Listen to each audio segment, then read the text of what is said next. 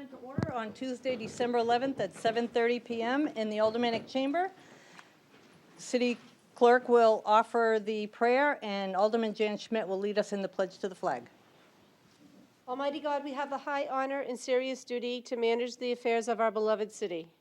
Fill us, O God, with a spirit of unity and understanding, which enables us to face our multiple problems with a serene mind, with justice and charity for all, so that any and all decisions made by us will always be for the betterment and greater happiness of all our fellow citizens. So help us, God. Amen. I pledge allegiance to the flag of the United States of America and to the republic for which it stands, one nation under God, indivisible, with liberty and justice for all. Would the clerk please call the roll? Alderman O'Brien. Present. Alderman Gidge. Present. Alderman Harriet Gathright. Present. Alderman Dowd. Present. Alderman Clee. Here. Alderman Laws. Here. Alderman Lopez. Present. Alderman Karen. Here. Alderwoman Kelly. Here. Alderman Jettie. Here. Alderwoman Malizi Gola. Present. Alderman Tenza. Present. Alderman Schmidt. Here. Alderman Wilshire. Here. We have 14 members present. Thank you. We also have Mayor James Donchis and Corporation Counsel Steve Bolton. Would the mayor care to address the board? Yes, Madam President. First, I wanted to mention a sad note, which is that a good friend of mine and a very active community member, a person who served as a selectman on Election Day down in Ward 9, Vivian McGuire, passed away a short time ago.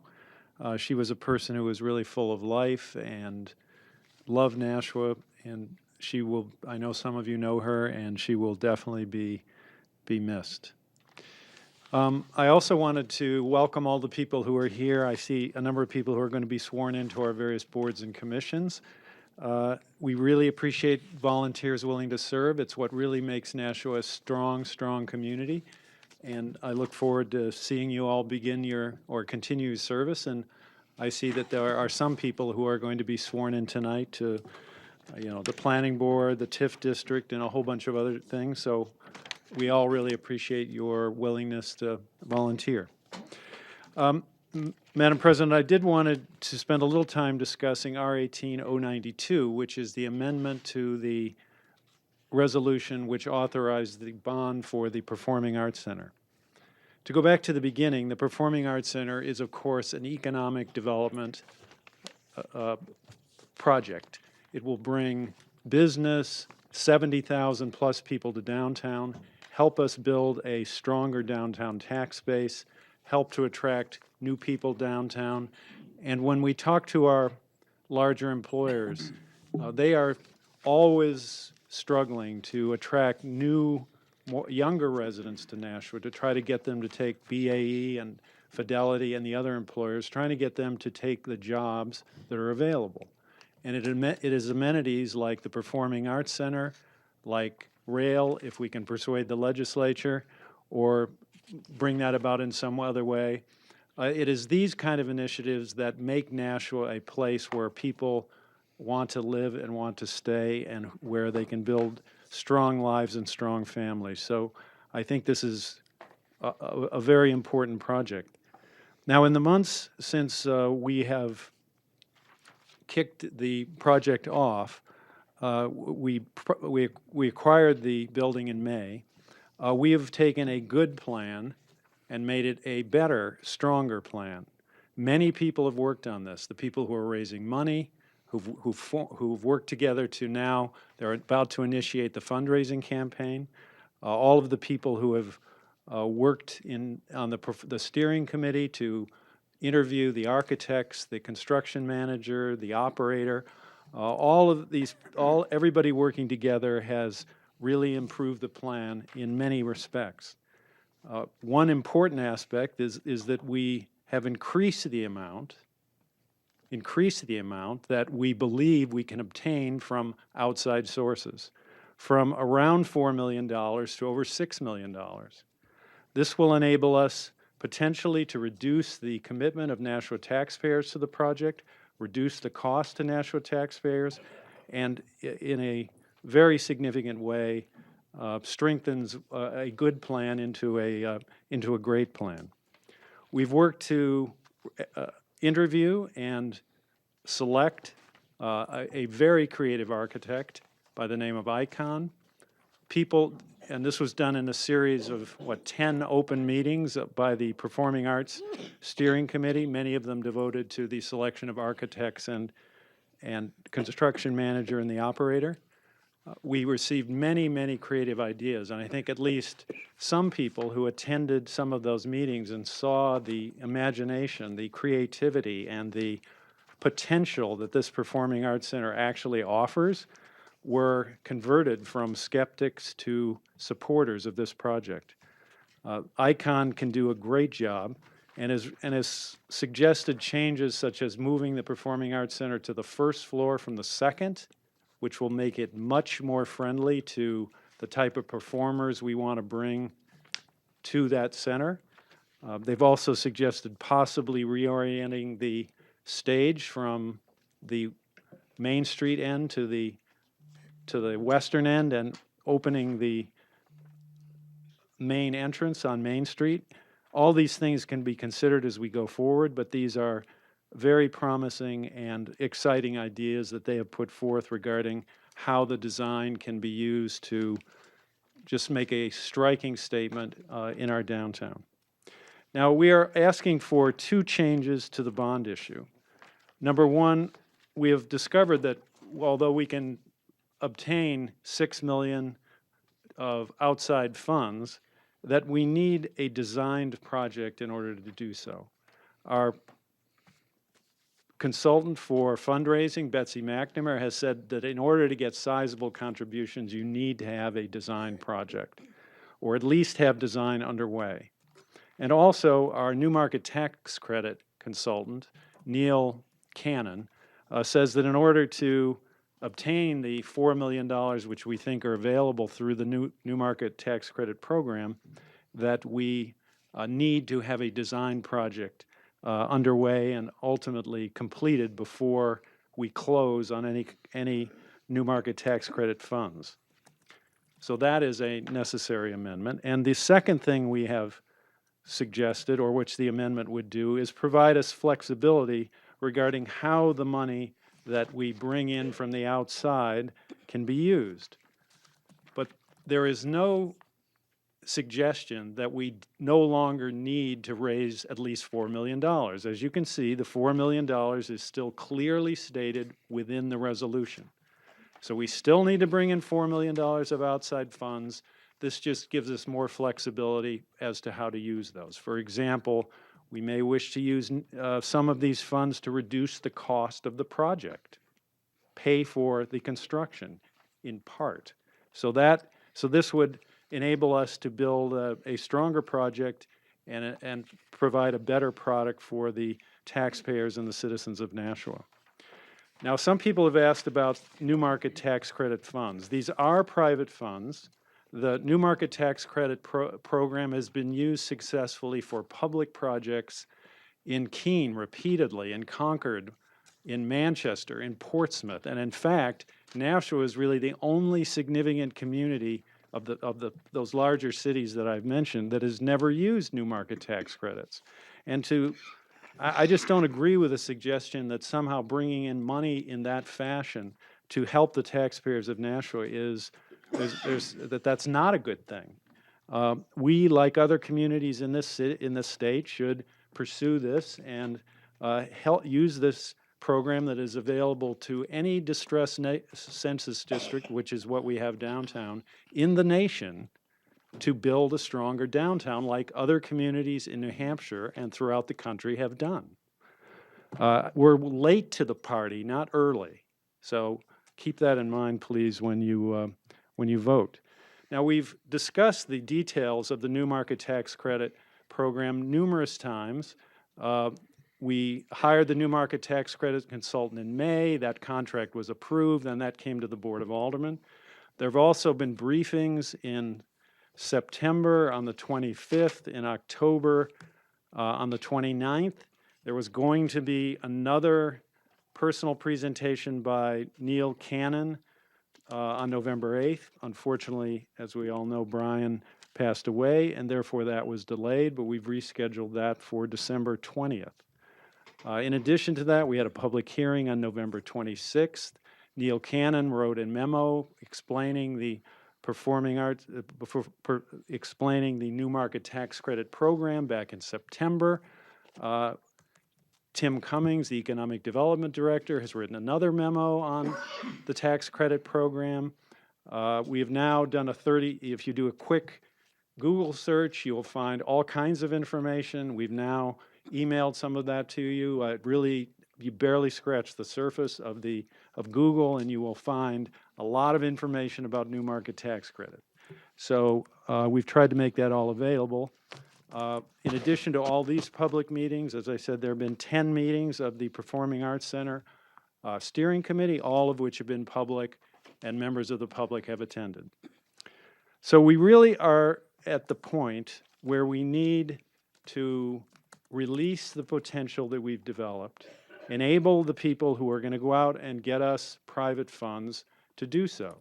The group of people who's going to be headed by Deborah Novotny, who is with the Enterprise Bank and is going to raise money, is meeting on Thursday, and they're going to begin the campaign then. We really need to submit the new market tax credit application. The delay caused by Brian's passing, the 2 or 3 weeks there, we really need now to sort of get off the dime. So we need to approve this amendment tonight in order to enable all of this to take place and for us to pursue this very significant project for the city. I mean, we are on the verge of a major success, and if we approve this amendment, we can begin on that journey tomorrow. I guess I add on a personal note that we've been working on this for 30 years.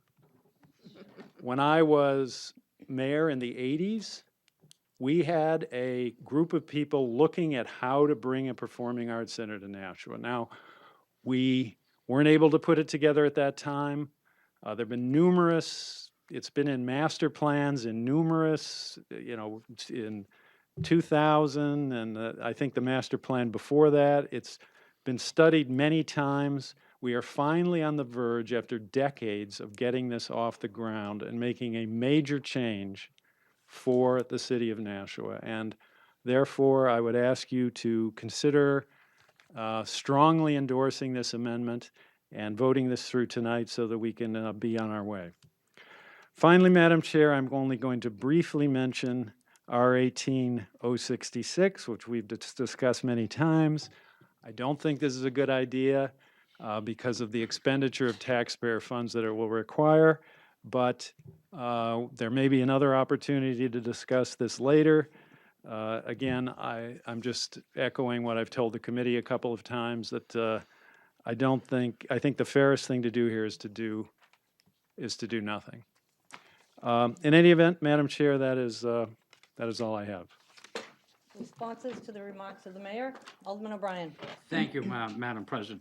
Mr. Mayor, can you clarify December 20th meeting, because I am interested, where is that going to be held with Mr. Cannon? Well, that's up to Madam President. Thank you. We can hold it, but whatever venue you prefer. Okay, thank you. Any other responses to the remarks of the mayor? Seeing none. Recognition period. There is none.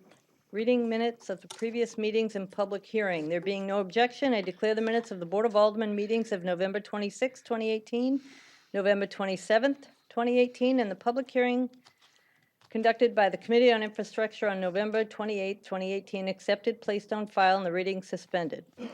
Communications requiring only procedural actions and written reports from liaisons.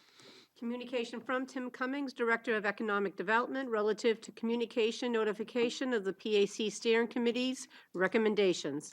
There being no objection, I would accept the communication, place it on file, and refer it to the Planning and Economic Development Committee. Communication from Alderman June M. Karen, Ward 7, relative to the summary of expenditures for the Nashua Senior Activity Center. There being no objection, I will accept the communication and place it on file. Period for public comment relative to items expected to be acted upon this evening. We have 17 speakers who have signed up. The first one is Bob Ott. Give your name and address for the record, please. Yeah, I'm Robert Oud, I'm president of City, New Hampshire. I'm Mendelssohn Drive in Hollis, New Hampshire. And a lot of what I intended to say really has been said very eloquently by the mayor. While the symphony does not anticipate being able to use the performance space as our base for our concert series, we would certainly be using it for many other events, including things like family concerts and the like, and we are strongly in favor of the Arts Center. I think just what Jim said is so clear, that the original intent was that no money would be spent on any construction until the $4 million has been raised. But that really, unless we really have a clear and concrete plan, it's really harder to raise money from major donors, from corporations and the like. I think they need to see that we actually have skin in the game. We've spent the amount of money to hire an architect to actually develop a concrete plan, so that they will both know that we're invested in it, and they will know what they are investing in. And for those and a number of other reasons, I am strongly in favor of Resolution 18092, and encourage you to pass it tonight, not defer it, in a timely fashion, so that we can get going. I'm on the committee that's raising funds for this, and having a plan is so important to us as we start to approach donors. And thank you for your time. Thank you. Mary Lou Blaisdell.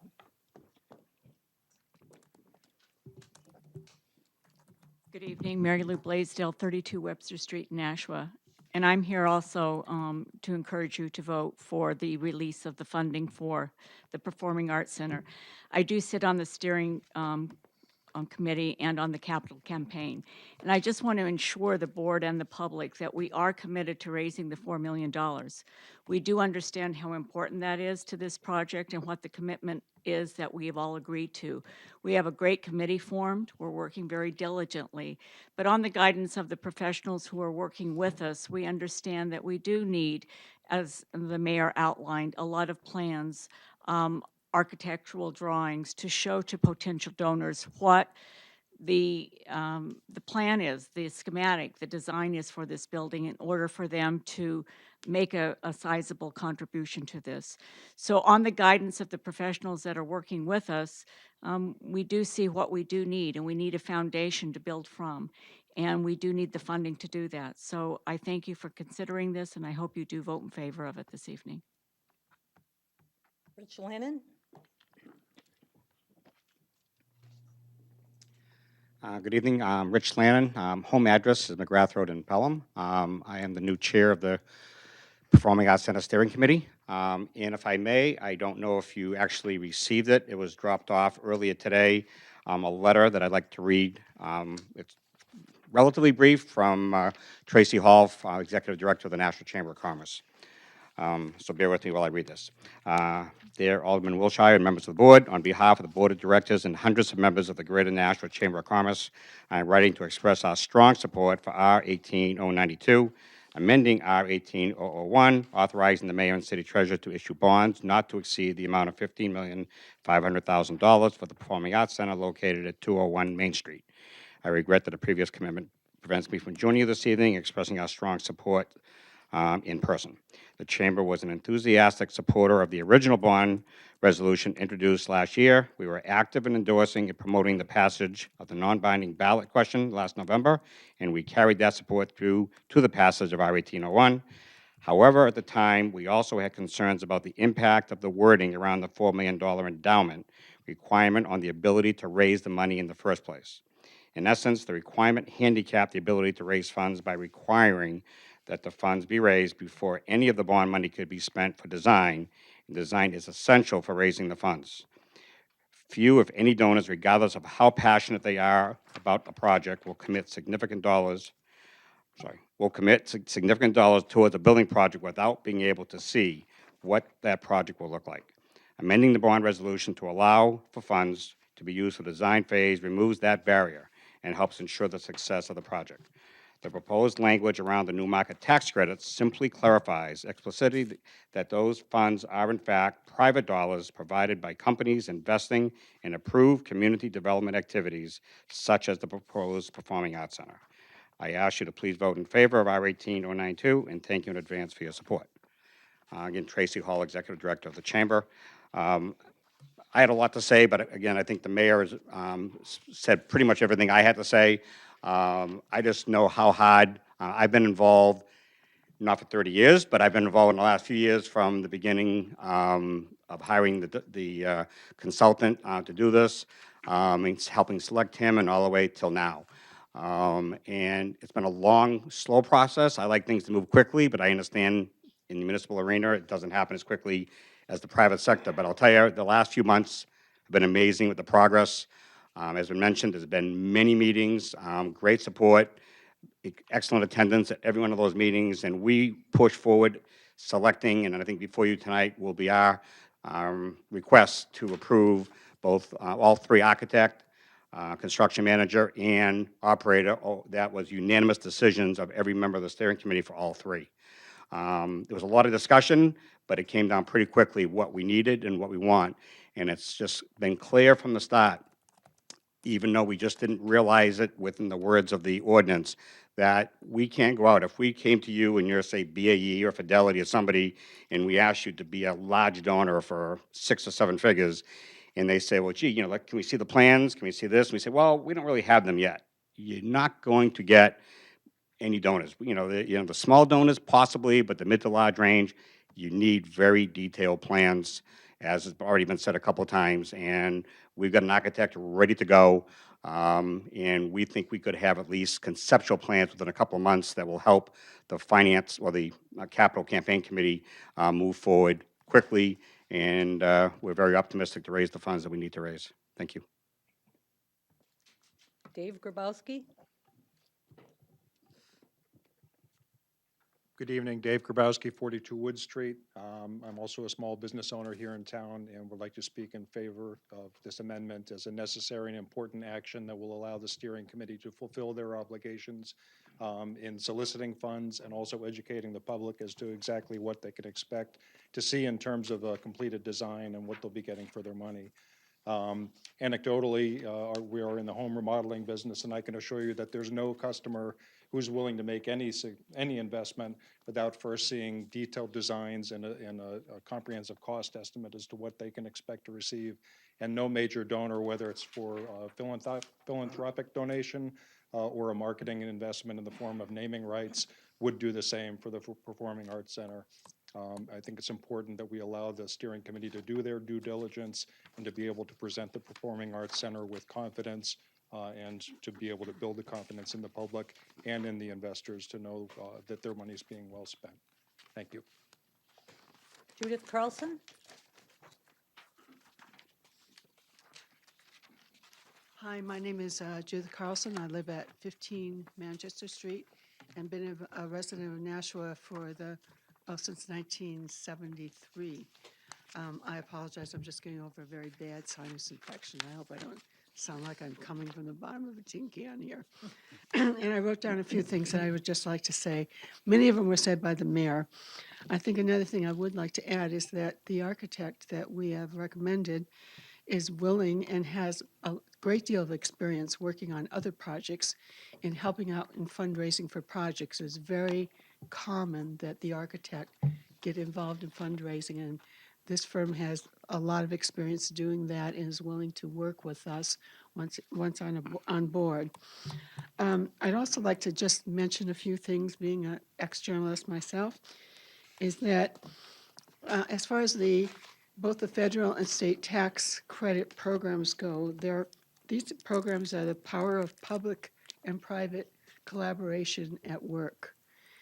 And many of you may not know that Nashua was selected as the creative community by the New Hampshire State Council on the Arts at the Governor's Award last year. And I'd just like to share what Mayor Donchis said when accepting that award. He said, with limited funds and many demands on budget, no city or town government can become a creative community on its own. It requires public and private partnership, involves citizen volunteers working together with support from the city, leveraging their efforts. And as I said, these tax credit programs are the perfect example of that kind of public and private collaboration. And then one other thing I would like to add that is not directly related to what the mayor has said, but I was reading that studies of Southern New Hampshire University have shown that the Palace Theater brings $8 million to $10 million in economic activity to Manchester. And I'd like to quote and end with one quote from Peter Ramsey. Many of you may have heard this because it was said to the, I think, a subset of the board when we were working on this program. He said, "What a wonderful project and concept you have embarked on. You should be proud of yourself. You are giving the city citizens hope in themselves, pride in their city, faith in their desire to live in Nashua. It takes a community to run a city. This process that you're embarked upon will bring out both the positive people and the pessimists, the hopeful and the naysayers. Remember, your courage and foresight could change the city forever. Together, you can change your city, create a legacy for Nashua that you will all be remembered for." And as one of those involved citizen volunteers, I'm urging you all to vote yes on this amendment. Thank you. Andrew Curioso?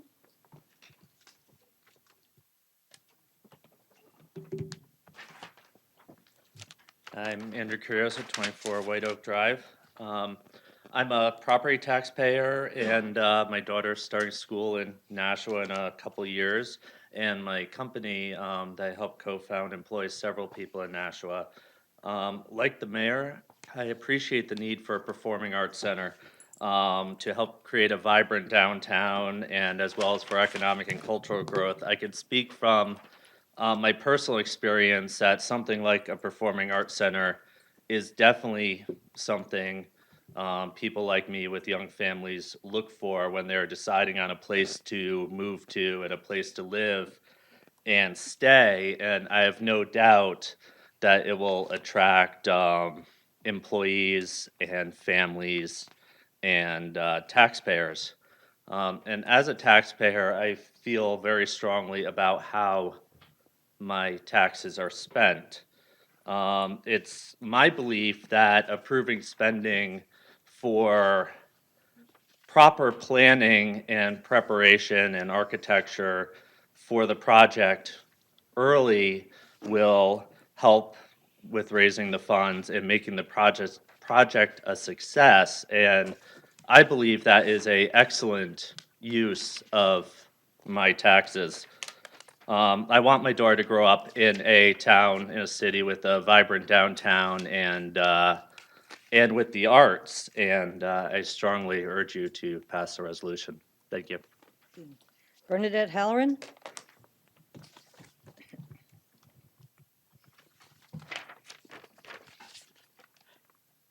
Good evening, Madam President, esteemed members of the Board of Aldermen, Mr. Mayor, Madam City Clerk, and Madam Legislative Manager. Bernadette Halloran from 2 Clock Tower Place in Nashua. And I just want to say this is the first time I've ever spoken before the board. I am out of a sickbed to come here because I believe this is an important issue for the city. And I really believe I'm not, although I'm not a native of Nashua, I am a native New Englander, imbued with that native New Englander fiscal conservatism, however, also with Yankee ingenuity. And I believe that this project would be an important economic development project. I'm in favor of everything I've read shows that this project would segue into bringing more businesses to Nashua. And I am very in favor of anything that broadens the commercial tax base of the city as well as just bringing more culture opportunities to the city. So I hope that you will all have the courage to focus on the future here and approve the amendment that you are considering to allow the steering committee to do the appropriate fundraising for their part in the development of this economic opportunity. Thank you. Thank you. Lata Manjapudi? Just wanted to wish everybody happy holidays. I'm going back home to my bed. Everybody stay healthy, and good night, and God bless Nashua. Feel better. Lata Manjapudi? Good evening, Madam President and the esteemed Board of Aldermen and the team. I'm here in favor of Resolution 18-09092. And many of things have been spoken, and Mayor Danches spoke very eloquently. I've lived in this city for almost 30 years, and you're right. This acquiring Penachuk, Rail, and Performing Arts Center have been the three main items that have been discussed in many forms, many shapes. And so its time is of essence. So when you think about building a home or building a building, first investment is design and planning and phased out how we do that. And when we are doing a public project, that is very critical. So without a plan, without a concrete game plan on how this is going to be implemented and structural and creative artwork to show how it would look is critical. And I think without having anything to show and say, write a big check to any donors would be a moot point. And we sit between the two cities. Manchester, you see, they have Palace Theater or Verizon Center, you name it. Even small towns like Westford and Chelmsford have, there is a performing center, art center on Main Street. So that is a vital thing that we are missing in a wonderful city like Nashua. So I strongly urge all of you to support this, and this will only increase the cultural diversity and art diversity in our city. And I can speak from a small minority community that has made home in Nashua, how many performances from Indian community are looking, and they hear about this Performing Arts Center. When is it coming? When can we sign up to have a performance there? So there is excitement, there is buzz. So it's on the radar screen for people outside of the community, so we can attract more people. And the holiday stroll was a big testament. A lot of people came from Boston, and they said, oh, we didn't realize how huge this is. What a huge, beautiful city. So there is that we have the potential. So just, I'm requesting and pleading, please make a unanimous consent and unanimous vote to move forward and be this shining star or shining icon in our downtown. Thank you. Thank you. Adam Marcoux?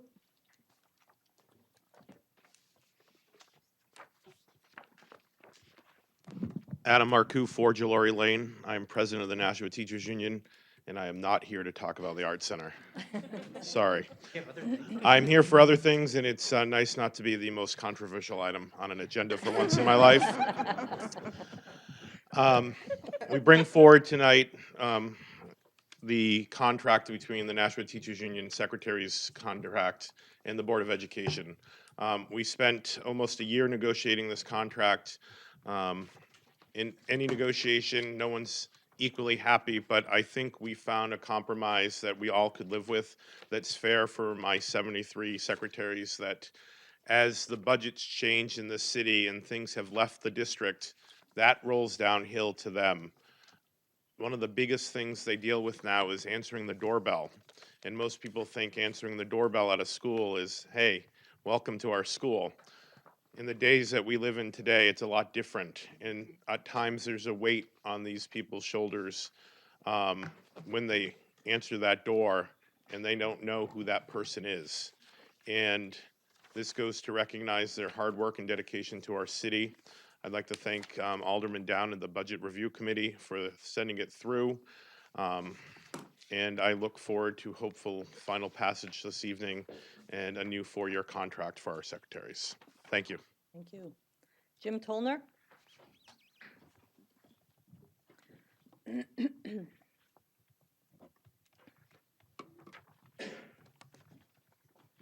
evening, Alderman, Mayor. I'm here to discuss R-18-066. This is the same legislation that was presented to you about a month and a half ago, so it hasn't changed.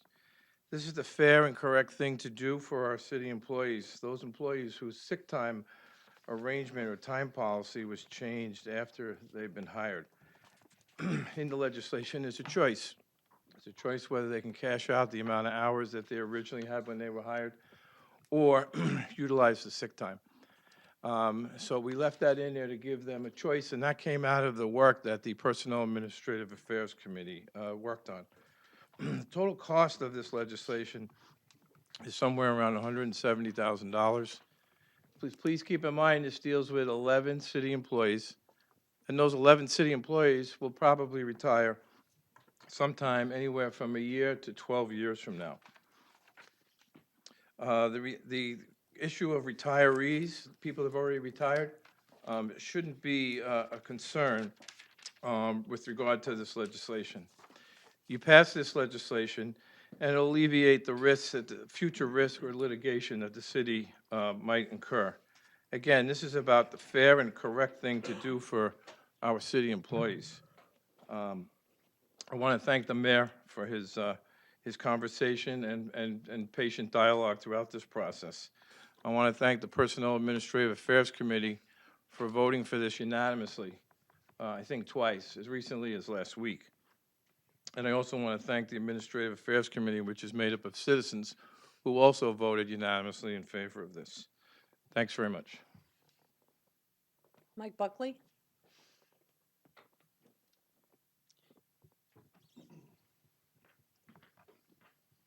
Evening. Mike Buckley, Toddy Brook Road, Hollis, New Hampshire.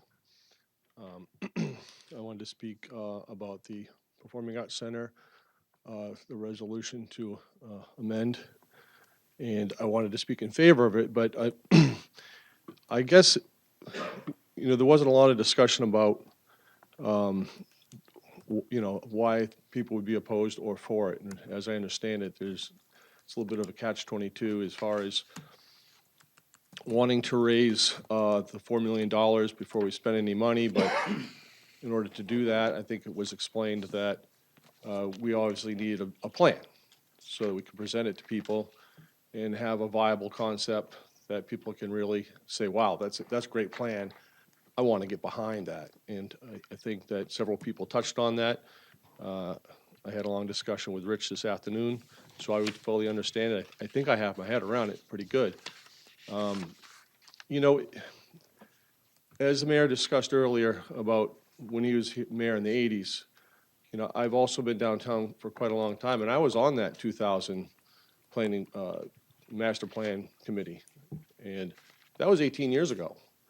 And I think that there's a lot of people in the city and a lot of people in this room that support it. We're all a community, and I think there's a lot of support for the Performing Arts Center at this point. We're just wrestling with how we get there. And what I'm afraid of, though, is that we could get mired down in how we go about this, and we could still be looking at this in a couple of years. Even if we said yes right now, let's approve this money, let's get it going, let's get the architects, let's get the plans, let's get everything rolling. This project's going to take quite a long time. It's a long time frame. So the longer we put off starting it, the longer it's going to take, obviously, to get it finished. I always tell my people in my organization, the best way to get something done is to start. Because once you start, it's easy. If you talk about it to death, you're never going to get anything done. So sometimes you make small mistakes, but you can always fix them as you go. But the most important thing is to get a project started. You know, I've been downtown, obviously, since 1995. And, you know, there are challenges to be in downtown. But, you know, when I came downtown as a young chef at 30 years old, this town really embraced me, and the business people of this town really embraced me and gave me a lot of support. So I'm here to stay. I have two businesses. I have no problem staying here with my two businesses, and I would even grow business down here.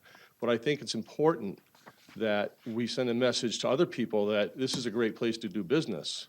And I've seen over the years since we opened, I've seen a rise of the downtown Main Street. I've seen it really prosper. I've seen it back off. I've seen it go up, and I think we're in jeopardy right now of sputtering a little bit. And I really hate to see that. I hate to lose more businesses or have people be worried about coming down to do business because other places have closed. I think it sends a powerful message if the people of the community and the aldermen can take a little bit of a entrepreneurial approach and you know, embrace this thing. We need the money to get the money. So it's kind of a catch-22. And sometimes you have to take a leap of faith to get things done. I think we all in agreement, or a lot of us are in agreement, that at the end of the day, this will be a very positive thing for the city, for the taxpayers, for the people that love art to utilize and see shows and hear music. It'll be great for the people that do business downtown. It'll also attract new business downtown, and it'll also satisfy some of the big picture items of being a great place for families and bringing young people and keeping young people in the community. So I just, you know, urge you to be in favor of it, and I certainly am. So thank you. Thank you. Paul Patty?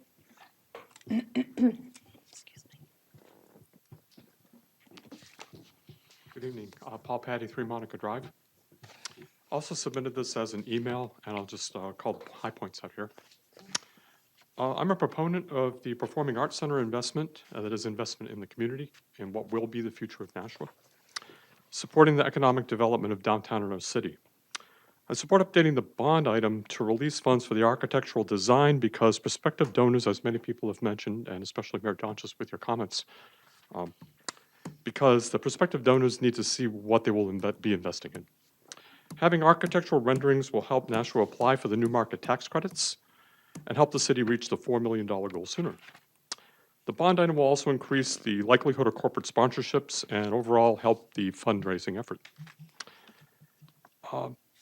And there had been some comment before about the professionals that were hired and such, and I'd just like to, for the record, state that just as we recite the Pledge of Allegiance, I was raised to, and still do, trust in our elected officials to make informed and intelligent decisions based on information received from multiple professionals in the industry, as it very much y'all have, it sounds like. And as the economic wave of prosperity pushes ever outward from downtown Boston, a successful performing arts center for Nashua can be an economic catalyst for the future success of our city, our children, and our grandchildren. Let's not get left behind. And thank you all for your continuing hard work and dedication to the success of our city, and would encourage a positive vote for that measure. Happy holidays to you. Thank you. Thank you. Sheetal Kelkas? Good evening. My name is Sheetal Kelkar, 2 Forsythia Drive, Nashua.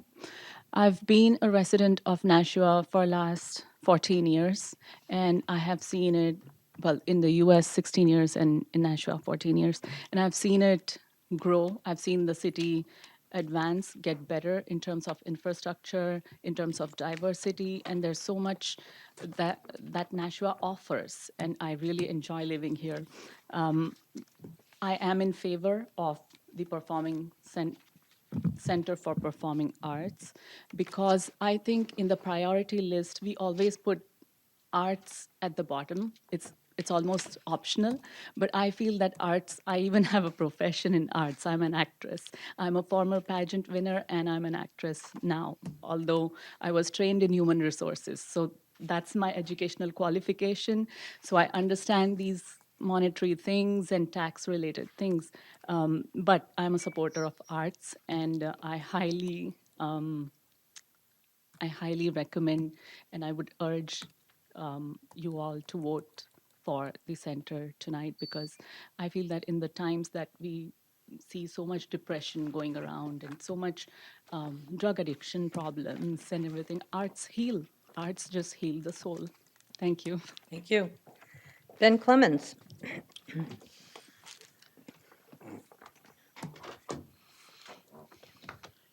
Thank you. Ben Clemens, 188 Ash Street, Nashua.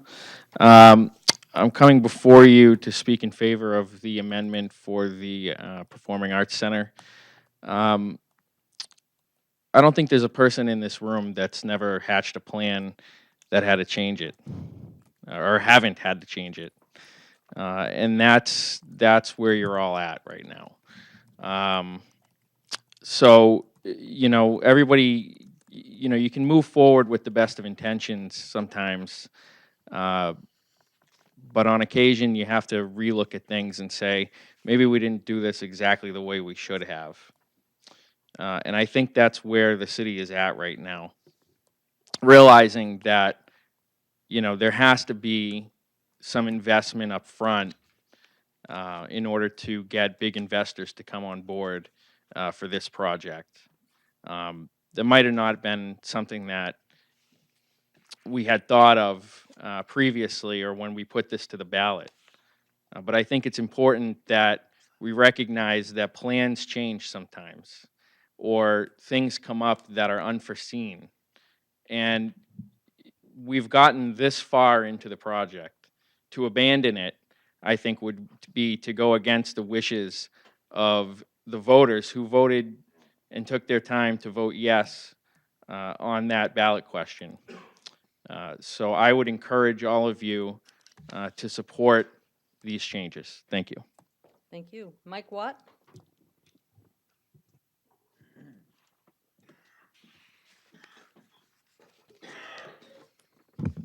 Michael Watt, 5 Briarcliff Road, or Drive, Nashua, New Hampshire. Does anyone know where I can find a good Christmas carol around here? I guess I have to go to the Palace. So, you know, for the most part, I think the city does a pretty good job. You know, we got really nice parks. We got really nice roads. We even built another high school. Our policing of our streets, the fires are all out. They do a good job at educating our kids. I don't see why this won't be a success. I really don't. My grandfather always said, it takes money to make money, and sometimes you have to show a little faith. In this case, we're talking about putting money up front so they know they can invest in us. Having a municipality do it gives it a little bit more faith, in my opinion, so they know that they're going to be there tomorrow. But let me wait for my phone to go the right way. I just think about generations in the past. When we look around, think about if they didn't put that library in there. They didn't build that school. Didn't decide to put this building here. If they decide to do something else, do a different project, how different our city would be. Who would be here? Who wouldn't be here?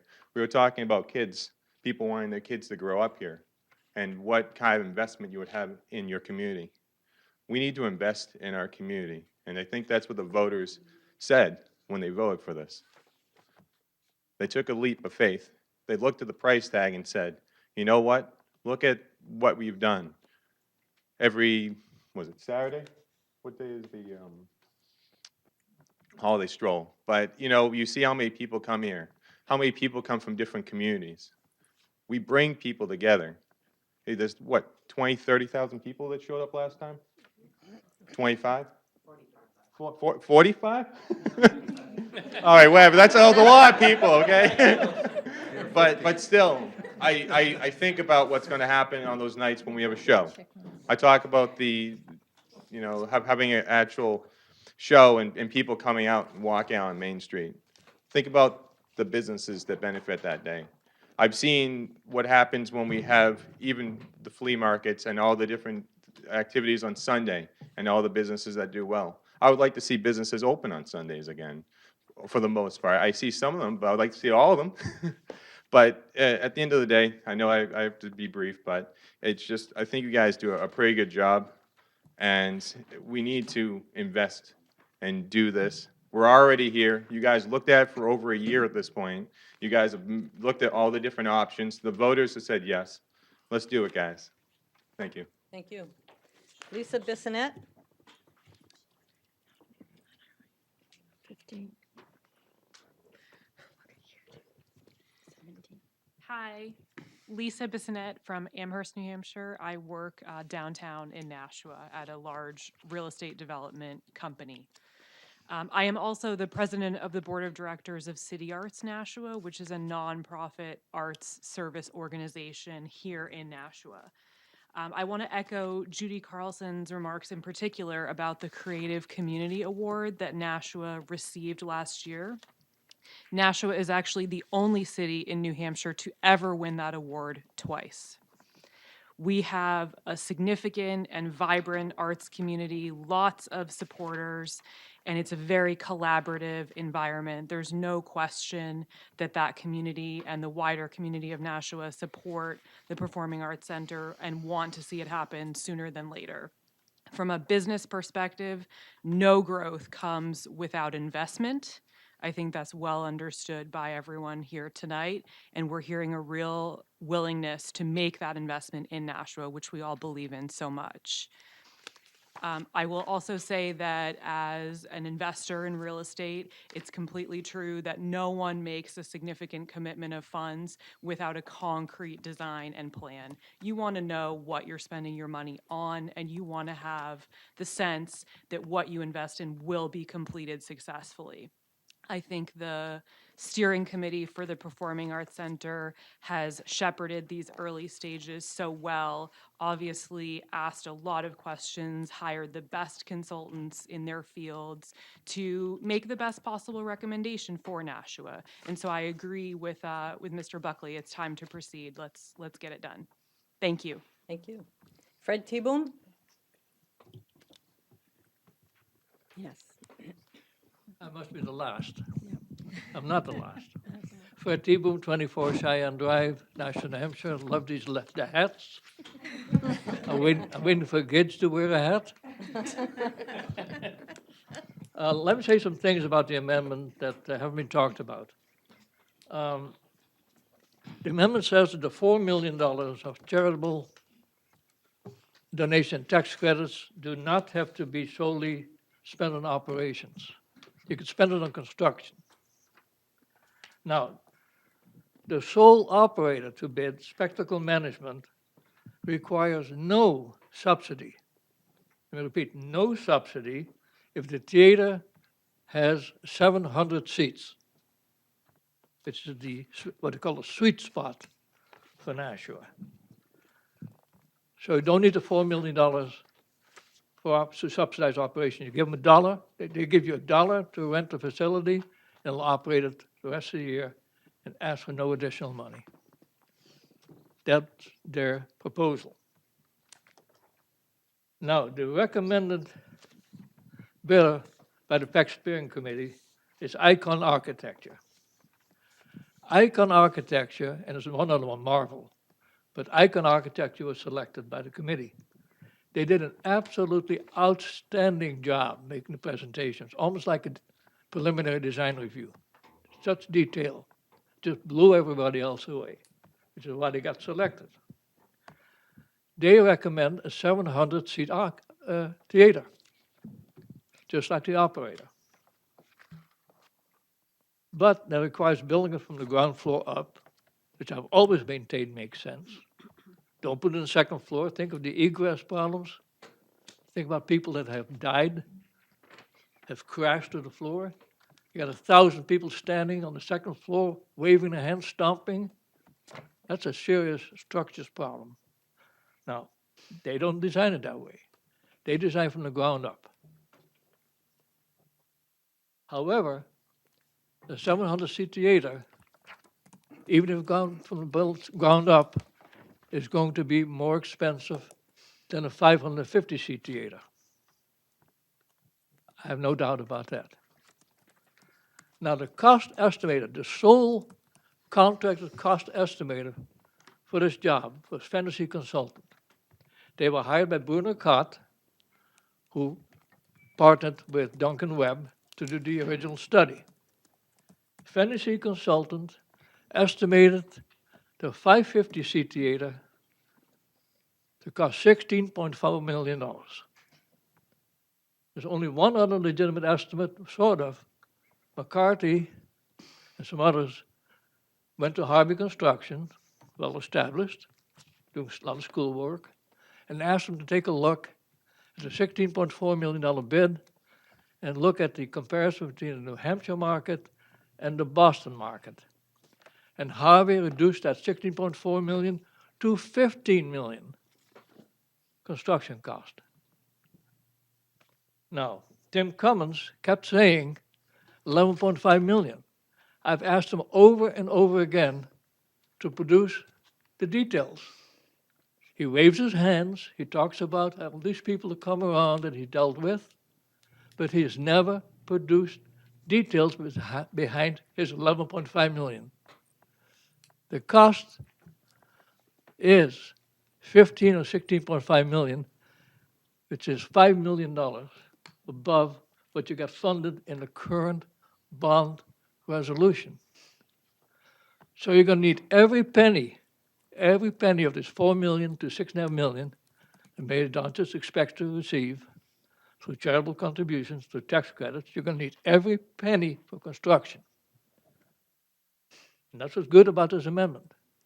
It says you can use this charitable money, tax credit money, for any purpose to realize the PAC, the Performance Arts Center. And that is a very good thing.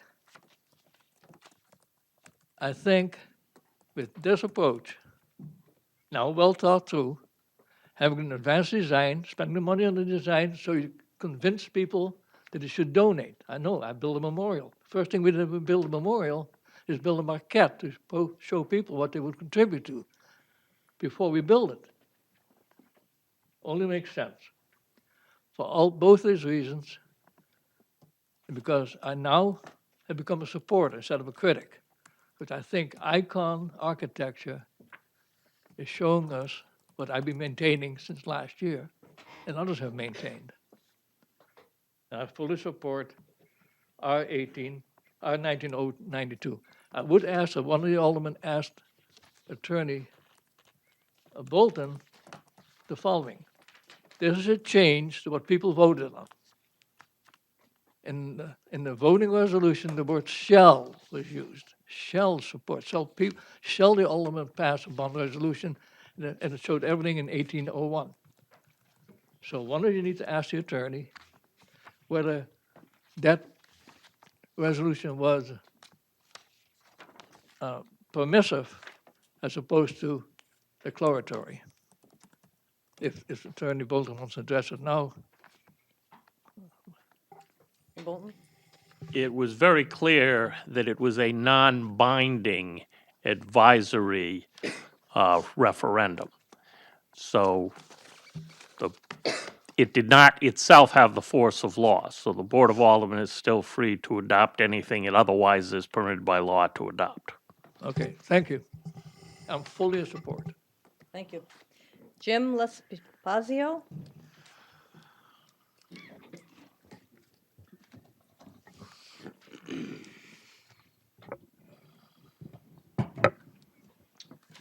Good evening, ladies and gentlemen. My name is Jim Lespazio. I'm the owner of Stella Blue Restaurant on East Pearl Street in downtown Nashua.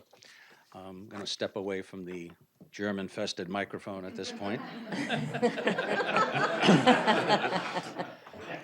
So I think we've all heard the positive reasons why the Performing Arts Center is going to be an economic boon for all of the city of Nashua, not just downtown. So I thought I'd spend just a couple of minutes talking about, as an entrepreneur, the due diligence that we performed in 2008 before deciding to locate our restaurant in Nashua. So through our priority list, of course, you want to open up a restaurant, right next to where there's a lot of people, whether it's an airport or, BAE or Fidelity. And we really didn't have a lot of those opportunities in downtown Nashua. So our next level of thinking was, let's look at the retail businesses that are downtown and let's see who's doing very well. Are there a number of people that have been here for a long time? Are there people here that are in our area of business? And so when we started looking at places like Sconces, that's been there since, over 100 years, and Sai with the Persian rug. Michael opened up in 1995, which was, 13 years before we showed up. But all of those businesses, the fact that they were there, created a fabric for a community and an economic environment that we found very, very appealing. So in the restaurant business, we like the 30-70 rule, where 30% of your business is coming from regular customers, but you're always looking for that other 70% and trying to woo them in. And so we saw that same kind of mix right here in downtown Nashua. I mean, when Michael opened in 1995, I'm sure he wasn't breathlessly waiting for Stella Blue to come to East Pearl Street. But if he wasn't there in 95, we would not have been there in 2008. His decision to open up and take a risk and invest in downtown Nashua made us feel very comfortable and said, this area will support more similar restaurants. And he couldn't have been more gracious when we opened in helping us out with questions and answers and suggestions. So it really is a tight-knit fabric of community downtown. Now, we're just a little guy. We hire, we've got 15 employees, most of them part-time, and most of them are from Nashua. But I can imagine a much larger corporation or an entity that is looking through their due diligence priority, and if they see a performing arts center with 700 people there, that's going to be the end of their list. It's like, okay, we're done. We've already got all the economic vibrancy in a downtown area and a concentrated area that we need. So I'm sure we all understand that this will definitely bring in a lot more business for everybody downtown. And hopefully, in closing, we're all intelligent people here. There was maybe some miscommunication or some verbiage or some sentence interpretation in the original amendment, and I'm sure we can all come to an agreement together to make sure that everything works, and that way we don't turn a 30-year project into a 32 or 35 or even worse. Thank you very much for your time, and I hope you vote yes. Thank you. Communications requiring final approval. Communication from Mayor Jim Donchins relative to the contract for energy recovery upgrades, construction services. Alderwoman Kelly? Thank you, Madam President. I move to accept, place on file, and award the contract to Methuen Construction in the amount of $1,787,373. Discussion on that motion? Seeing none, Alderman Jettie. Can we just, I tried to look at the minutes of the committee meeting, to learn more about this, but they weren't yet, they haven't been yet made available. Could the mayor just explain what this is for? This is to repair, and this was, of course, through the Board of Public Works. This is to repair a major piece of equipment at the sewage treatment plant, which the sewage treatment plant several years, 3, 4, 5 years ago, was in a major state of disrepair, and the problems had not been revealed by the then superintendent. And Mayor Lozo with Alderman Dean and Siegel, particularly the latter two, with Lisa Photo, outlined a whole plan of improvements. And as we've moved forward over the last 5 years, the facility has been upgraded very significantly. And this is one of the last things that needs to be done. Thank you. The motion before us is to accept, place on file, and award the contract to Methuen Construction in the amount of $1,787,373. Further discussion on that motion? Seeing none, all those in favor? Aye. Opposed? And that motion carries. Communication from Mayor Jim Donchins relative to the change order number 5 for Northeast Earth Mechanics, Inc. Alderman O'Brien?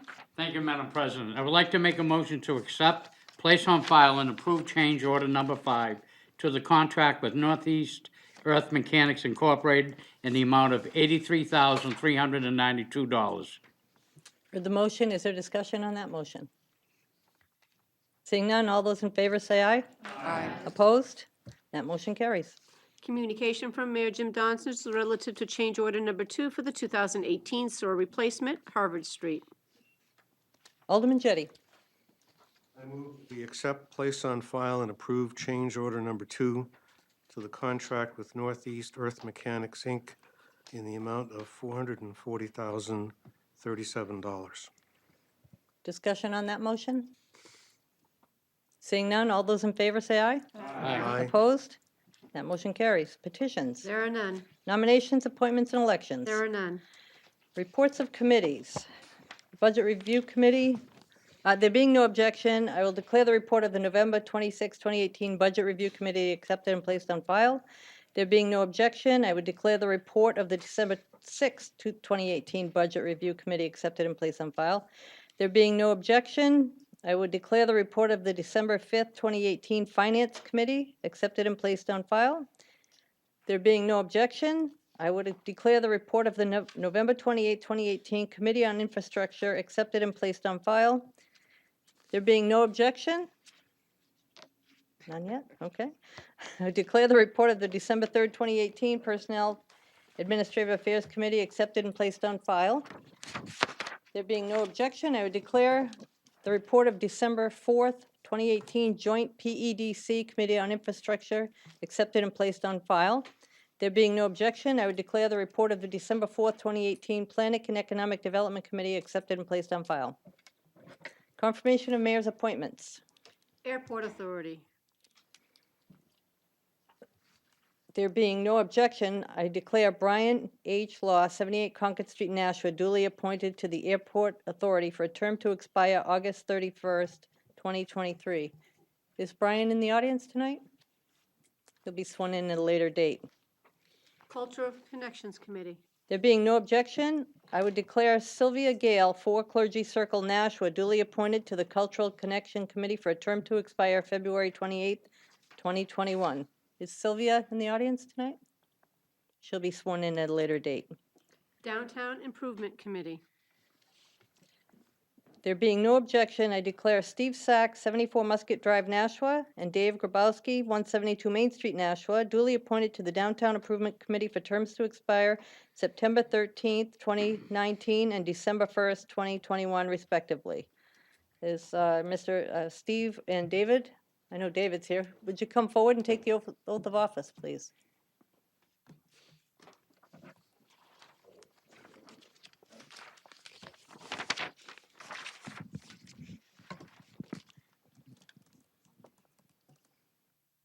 You solemnly swear that you will faithfully and impartially discharge and perform all the duties incumbent upon you as a member of the Nashua Downtown Improvements Committee to the best of your abilities, agreeably to the rules and regulations of the city charter and the constitutional laws of the state of New Hampshire, so help you God. I do.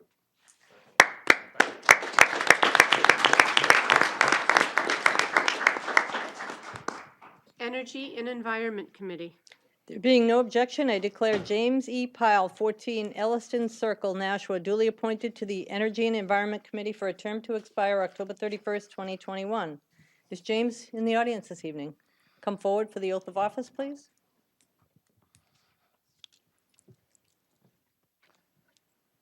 You solemnly swear that you will faithfully and impartially discharge and perform all the duties incumbent upon you as a member of the Energy and Environment Committee of the City of Nashua, according to the best of your abilities, agreeably to the rules and regulations of the city charter and the Constitution and laws of the state of New Hampshire, so help you God.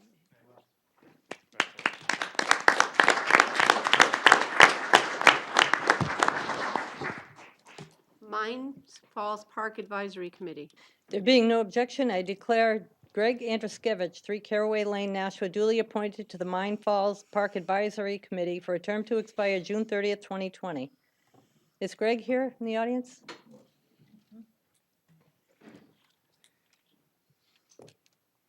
Fourth time we're doing Well, thank you for that. I wore my clothes. You solemnly swear that you will faithfully and impartially discharge and perform all the duties incumbent upon you as a member of the Mine Falls Advisory Committee of the City of Nashua, according to the best of your abilities, agreeably to the rules and regulations of the city charter and the Constitution and laws of the state of New Hampshire, so help you God. I do. Okay, we got it all done. Congratulations. Nashua Arts Commission. Okay. There being no objection, I declare the following individuals duly appointed to the Nashua Arts Commission. Tina Cassidy, 36 Arlington Street, Nashua, for a term to expire September 1st, 2021. Tracy Hall, 37 Chester Street, Nashua, for a term to expire September 1st, 2021. And Lindsay Rinaldi of 705 Belmont Street, Belmont, Mass., for a term to expire April 1st, 2021. Any of those individuals here this evening? They will all be sworn in at a later date. Nashua Housing Authority. There being no objection, I declare Paul DeShane, 57 Tyler Street, Nashua, duly appointed to the Nashua Housing Authority for a term to expire October 13th, 2023. Mr. DeShane, if you'd come forward for the oath of office.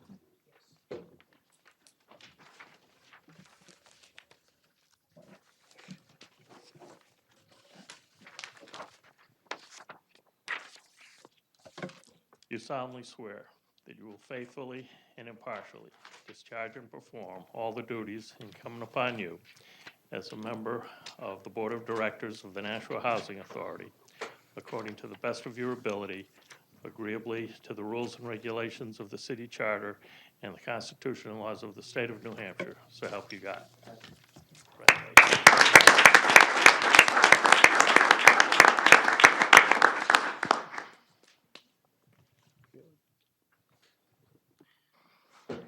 Planning Board. There being no objection, I declare Maggie Hopper, 3 Taft Street, Nashua, duly appointed to the Planning Board for a term to expire March 31st, 2020. Is Maggie available this evening? Come forward for the oath of office, please.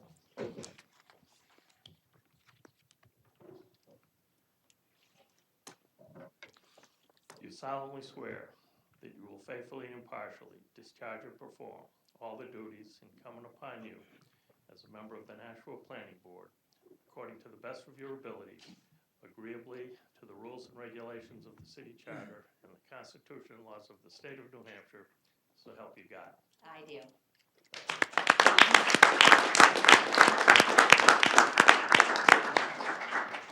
Tax Increment Financing Advisory Board.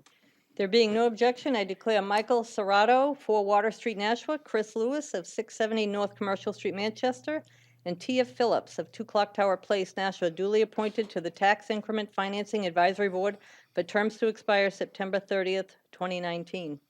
Are any of them here this evening? Well, come forward for the oath of office, please.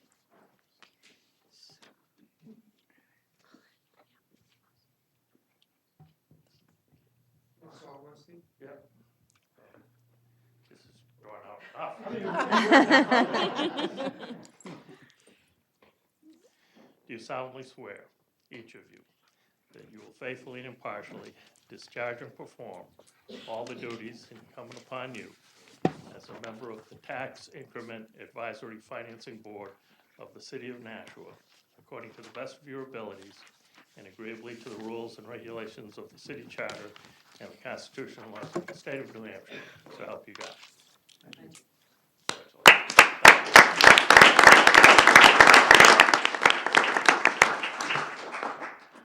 Zoning Board of Adjustment. There being no objection, I will declare John J. Mancara, 13 Mount Pleasant Street, Nashua, duly appointed to the Zoning Board of Adjustment for a term to expire September 11th, 2020. Is Jay here this evening? Yes.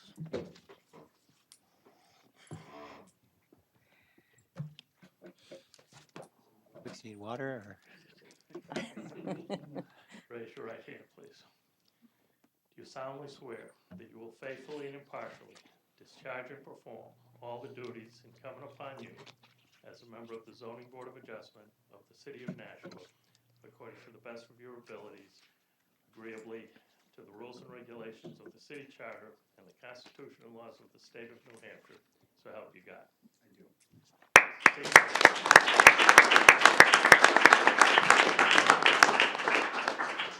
Confirmation of appointments by President of the Board of Aldermen.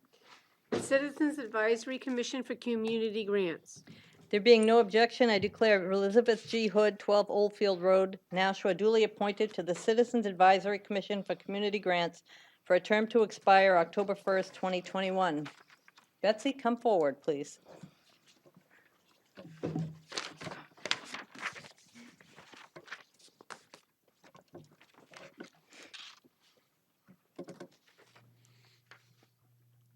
You solemnly swear that you will faithfully and impartially discharge and perform all the duties incumbent upon you as a member of the Citizens Advisory Committee for Community Grants of the City of Nashua, according to the best of your ability, agreeably to the rules and regulations of the city charter and the Constitution and laws of the state of New Hampshire, so help you God. I do.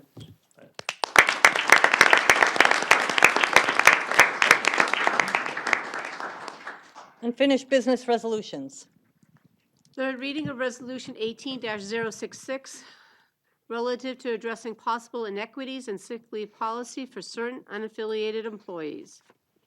Alderman Karen. Yes, thank you. I'd like to make a motion to amend R-18-066 in its entirety by replacing it with the proposed amendments recommended by the Personnel Administrative Affairs Committee. Speak on that. Okay, you've heard the motion. Is there discussion on the motion? Alderman Karen. As former Alderman Chassie says, we need to have some information. So what the committee did, the original was to allow those 11 employees to get their sick leave time back prior to 2001, if they were hired between 1995. Members of the committee felt that we should give these particular employees a chance to either take that or to continue collecting unlimited sick leave, and then when they retire, they get 20% of that total. So that is basically what the amendment is.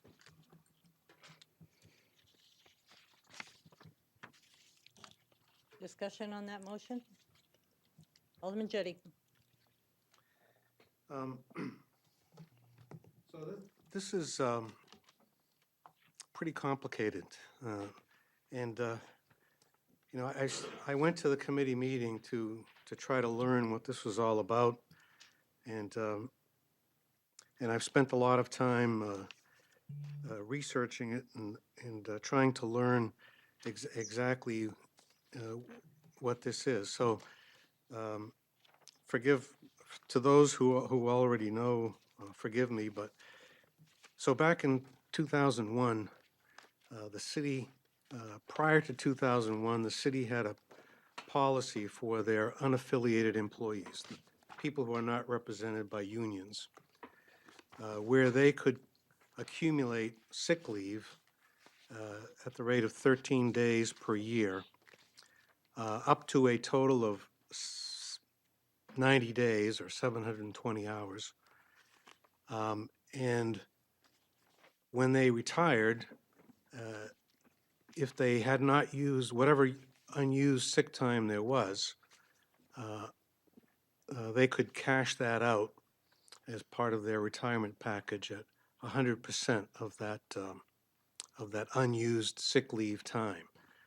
So they were entitled to accumulate up to 720 hours or 90 days, and whatever was unused at their retirement, they could cash that out at 100%.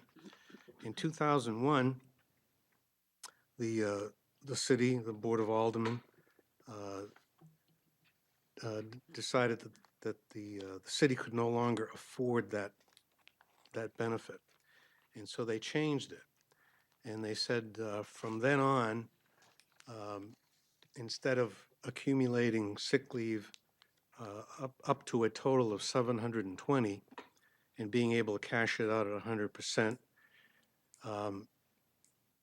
The city was going to allow employees to accumulate sick leave, an unlimited amount of sick leave at the rate of 13 days per year, but they weren't limited to the 720 hours or 90 days.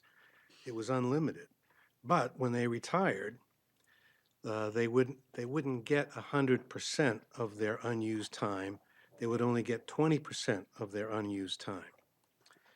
And which the city was perfectly capable of doing.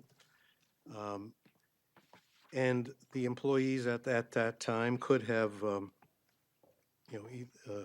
well, they did. They accepted that change, or they could have decided that they no longer wanted to work for the city because they didn't think that the 20% was fair. They could have left. But these employees stayed. But there was an inequity that was created because when this was done, in 2001, instead of saying, okay, this is the policy now from 2001 forward, they went back and said, if you started working for the city before 1995, you could stay under the old policy. You could accumulate 720 hours, and when you retired, you could cash it out at 100%. But if you were hired after 1995, then this new policy applied to you. So the inequity, or the perceived inequity, occurred when the city went back retroactively for those 6 years, and in some sense took away the earned sick leave time that these employees had earned, thinking that they could cash it out at 100%. So this inequity was brought forth, and a proposal, the people appeared before the committee and brought this out, and the committee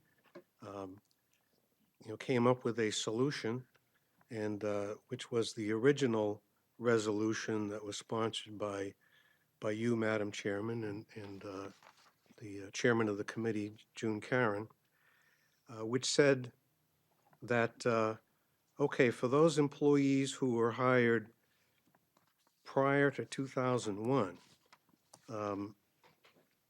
after 1995 and prior to 2001,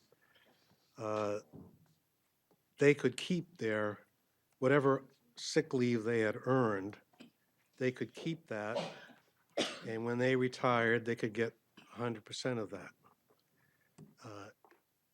But then, from 2001 forward, whatever sick leave time, they could then accumulate an unlimited amount of sick leave time, but when they retired, they could only get 20% of that sick leave time the unused sick leave time that they've earned since 2001, which seemed to me to be a fair resolution.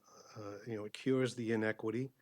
It gives back these people what they had earned up until 2001, and that's a fair resolution that I could support. But this amendment that you're considering tonight says that in addition, that those people who were hired prior to 2001, between 95 and 2001, we're now giving them the choice that they could stay under that old policy, that 720-day policy, so that they could accumulate 720 hours of sick leave and then cash that out at 100% when they retire. So we're, I think, creating a new inequity because they're being treated differently than the rest of the city employees who were hired after 2001. So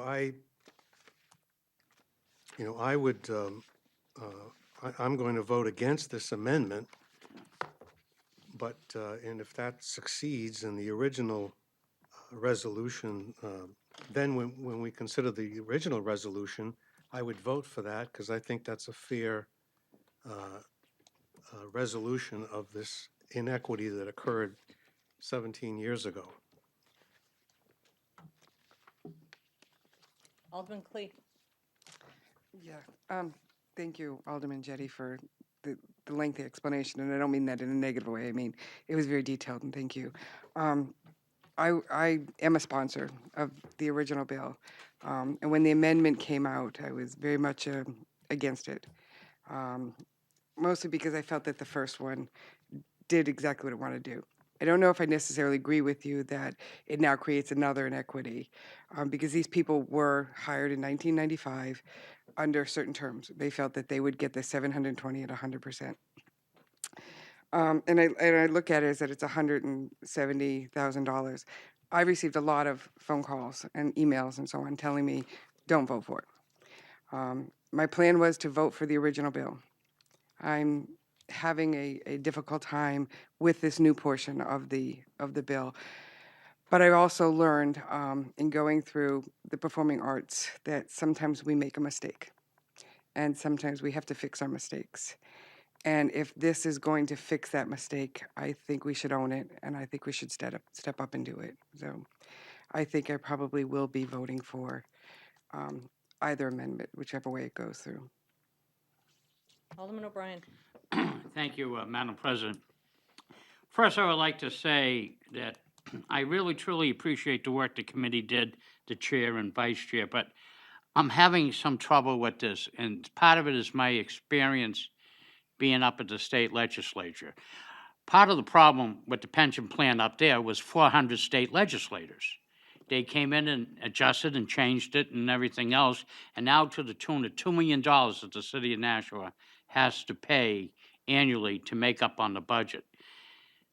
This here, I think, is a good step forward, but I think there's a little bit more to do. And the thing that I'm not 100% sure of is there were people that worked under that time frame that have retired. And I'm not 100% sure we're not going to hear from them at a later date and say, well, wait a second, I was employed during that time. Why can I not receive that particular benefit? And this was done at the state level when people tried to challenge the change to the pension system. So nobody can really stop anybody from suing or bringing in litigation. And with that in mind, with very caution is why I'm really looking at this.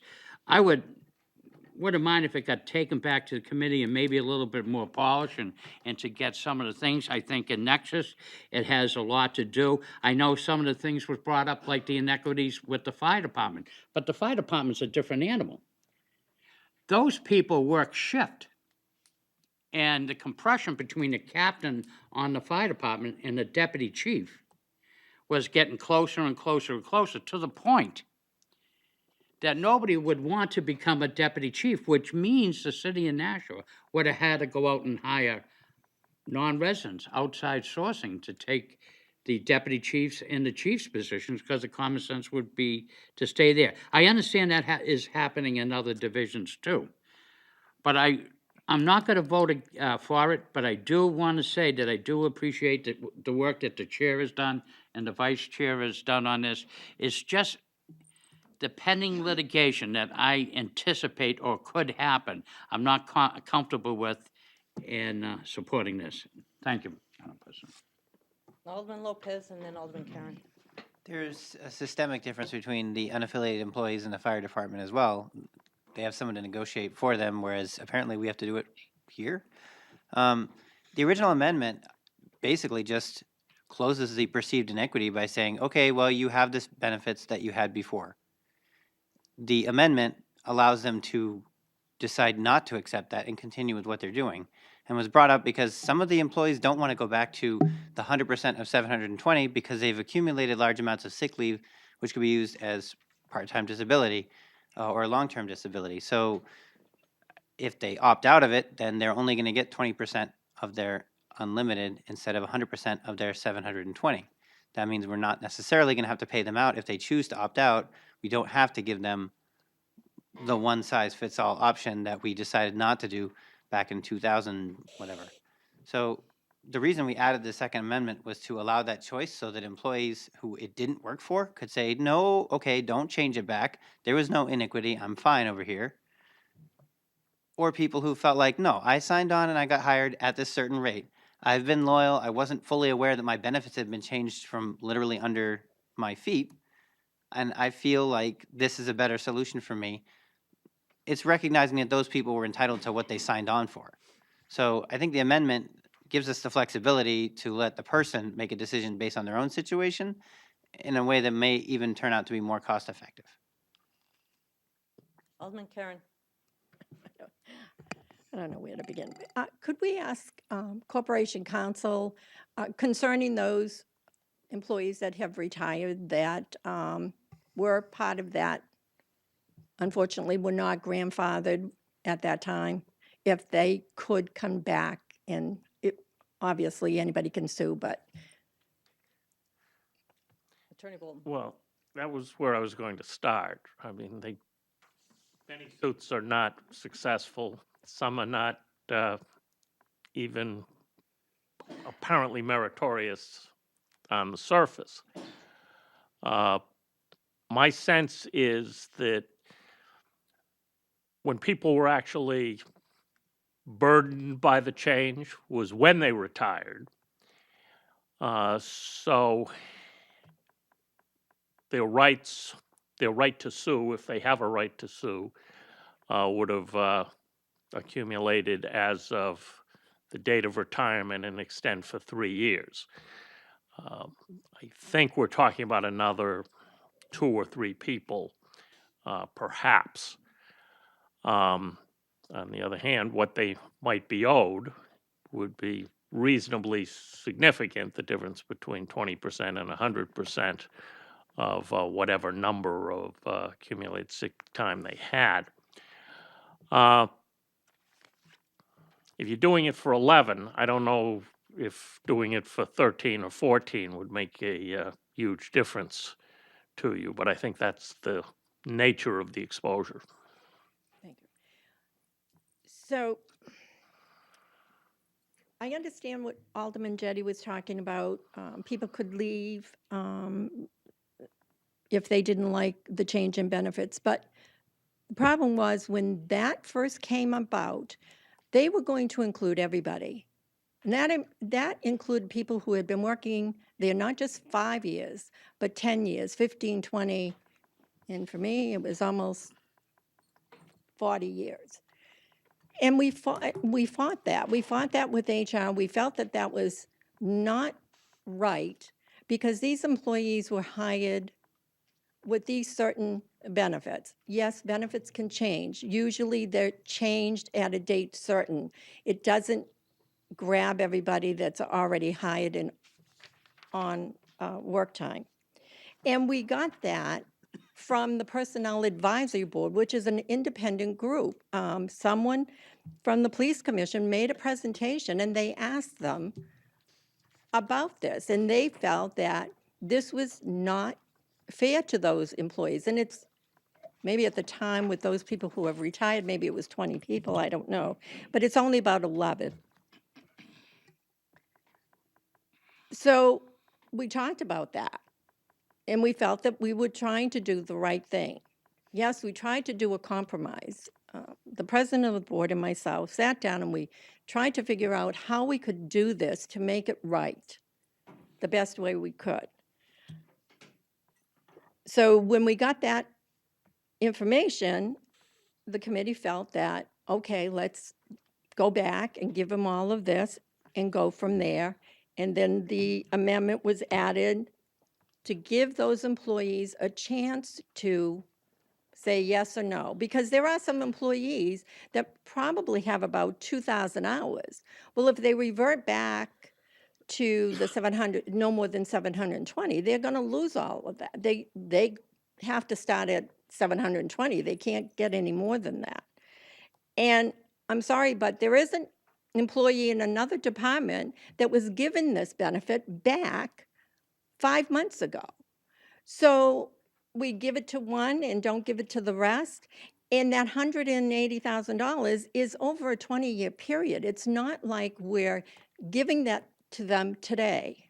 And most people retire and do not collect 720 hours because as they get older, they get ill, they have issues. It's just that this group of people would put in a basket and just given this, you have no choice because they're unaffiliated. And that's why a lot of these unions came about, because they had no choice. They had to accept whatever they were given, and they had no chance to fight. This came up. We're trying to make it right, and as Alderman Clee says, sometimes we make a mistake, and we have to rectify it. And I don't think, I don't know, to send this back to committee to do what, I don't know. All we want you to do is accept the amendment that gives those 11 people a chance to choose. Do you want to continue with the way it's been since 2001, or do you want to go back to what you were given as a benefit prior to 2001? That's it. It doesn't change anything else. It doesn't give them anything more or less. And it's a long time span, but you can't give it to one department and not say everyone needs to be recognized and given that offer. I don't know. Alderman Lopez. I would just add, because it just occurred to me what the next item on the agenda is if we shoot this down or send it back to committee over $185,000 right before making a decision about $1 million to invest in an performing arts center that needs to reach its next stage of completion, are we going to be sending the message to our employees that the way we pay for these projects is through them, cost saving on their expenses and their compensation? Because this really was done in an awkward manner, and that's the only word I can come up with. When it was originally done, we have the opportunity to make this right and to reaffirm that commitment that when we hire somebody under certain circumstances, we're acknowledging that. I think we need to take it. Alderman Dowd. Just sort of a procedural question on the amendment, or in the whole motion, actually.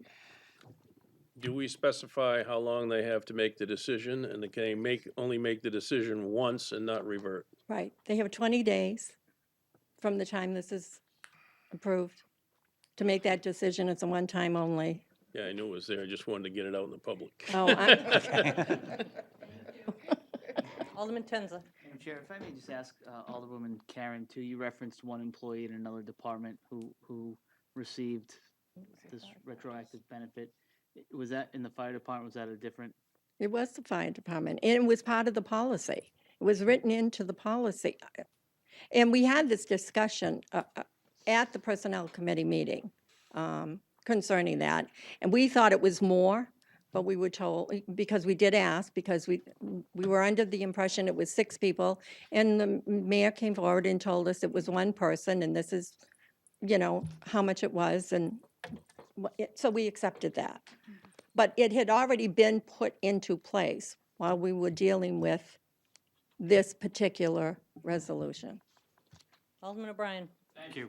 And to assist Alderman Karen, if I may, the employer she's talking about, I think, is Article 40 within the fire department, which has been approved by a duty elected board of the citizens of Nashua, which is the Board of Fire Commissioners, which has approved. Although they don't have any fiscal autonomy, they have the right to set policy. And what they did is they set that policy. And again, the reason they set the policy was captains, which is the lower rank to deputy chiefs, were almost exceeding pay grades and benefits more than the deputy chiefs that they were subordinate to. It's a very unique problem that was happening. Now, deputy chiefs work shifts, just like the captains and the lieutenants and the firefighters do. I guarantee you right now, go home, right now, any citizen, 594-3636. Ask to speak to a chief officer, fire alarm will put you right through. If they don't put you through, the guy's busy at a fire. He's there 24/7. He works the same amount of hours. So that's why the apples and oranges theory that I present. It's a little bit different than a secretary or somebody else, and not to ingrain who is better or who is not better in the city. It's the uniqueness that every employee of the city does for the city is what really makes a difference. And therefore, why this thing is such a modge podge. And again, I wouldn't mind taking a step back to try to correct some of that and recognize the differences in some of these agencies and what needs to be done. But to say to look over the fence, for another division to look over the fence, that seems to work well at that particular division, I'm talking about the fire department, which has the economic need to have gone to that. Because again, we were going to suffer from having quality people ascending through the ranks to take the positions. It would have been a mess. So taking that in mind, that's why, again, I have the position that I do. Alderwoman Kelly? Thank you. I just wanted to respond to a couple of things that have been said. I appreciate Alderman O'Brien's comments about the departments being different. What I have been concerned with is an additional inequity because all of the affiliated employees who are affected by this have had this restored and the unaffiliated have not. So I think that that in and of itself shows a real lack of their ability to fight for themselves, like Alderman Karen said. Alderman Lopez? I just want to point out that these are employees who've been with the city for a long time. They're not entry level. They're pretty senior employees for the most part. So they're people who put their time in. They have earned the benefit that they were promised when they were hired. And the amendment is not taking that away from them as it was originally proposed, like is not removing what was originally proposed. It's giving them the choice to choose to give that up for a situation that might uniquely fit their own situation better. Alderman Gidge? Yes, Attorney Bolton, you said there's how many people could come back on this approximately? I don't know exactly. Seems to me, I asked someone this question a while back, and it was 5? people who retired in the last 3 years. I believe it would be fewer than 5. I think the number I was told was 2 or 3. 2? 2 or 3, it was what I remember being told. And, one other question. Yes. I'm listening to my friend and colleague sitting here. Can what's taking place here happen with the fire department? Well, it can happen to the similar things could happen with the merit positions or the unaffiliated positions, as we're now terming them, at the fire department, which would be the 4 deputy chiefs, 1 assistant chief, and 1 chief. I think, and there may be a few secretarial or administrative positions that are unaffiliated as well. Now, the Fire Commission, as I understand it, has this policy that any additional benefits that are provided under the union contract will also be provided to the deputy chiefs, assistant chief, and the chief, in order that you don't end up in the situation that Alderman O'Brien, Vice President O'Brien, was speaking about, where a captain did not want to move into the unaffiliated rank because he's in the union, and under their union contract, they do get that 100% payout. And that could be termed fairly significant, and the extra few $1,000s you get as additional base salary at the deputy chief level would not be enough to make up for that difference. And there are other stipends, and it's not just the sick leave payout upon retirement, but it's stipends for certain other certifications and extra training and a variety of other things. Thank you. Can I add one more question? Alderman Gidge? I probably will agree with my friend right here, simply because I would like to see just one more thing added to it or taken away. And I think the gentleman knows what it is. Now, I will vote for it, but I would prefer that we come to some sort of an agreement just to go back for just a little and then bring it back. For any further discussion? Motion be, Alderman Jettie. So, does Alderman O'Brien or Alderman Gidge, are you making a motion to table this and refer it back to the committee? I would prefer if, from the conversation that was tonight, I spoke my piece on it, and I have high regards of the chair of that committee, and I'll let that decision come from the chair of the committee. Seeing the chair does the yeoman work on this, and if she brought a product forward, or any chairman brought a product forward that thought it was adequate, that's up to that chair. So I respect the chair's discretion on that. I'll let the chair make that decision. Thank you. And for myself, I basically feel the same way, that I will leave it to the chair. Thank you. The motion before us is to amend Resolution 18066 in its entirety by replacing it with the proposed amendments recommended by the Personnel Administrative Affairs Committee. Further discussion on that motion? Seeing none, all those in favor say aye. Aye. Opposed? Nay. And that motion carries. Alderman Karen. I'd like to make a motion for final passage of R-18-066 as amended, and could I have a roll call, please? Roll call has been requested. Further discussion? Would the clerk please call the roll? Alderman O'Brien. Nay. Alderman Gidge. Yes. Alderman Harriet Gathright. Yes. Alderman Dowd. Yes. Alderman Clee. Yes. Alderman Laws. Yes. Alderman Lopez. Yes. Alderman Karen. Yes. Alderwoman Kelly. Yes. Alderman Jettie. Yes. Alderwoman Malizi Gola. Yes. Alderman Tenza. No. Alderman Schmidt. Yes. Alderman Wilshire. Yes. We have 12 yeas and 2 nays. Motion carries. Fourth reading of Resolution 18-073, proposing an amendment to the city charter relative to filling vacancies on elected boards by majority vote of the remaining members of that board. Alderman O'Brien. Thank you. Madam Chair, President, I would like to make a motion to amend R-18-073 in its entirety by placing it with the proposed amendments recommended by the Personal Administration Affairs Committee. You've heard the motion. Alderman Karen, would you care to tell the committee what the amendments are? Alderman Chassey's watching.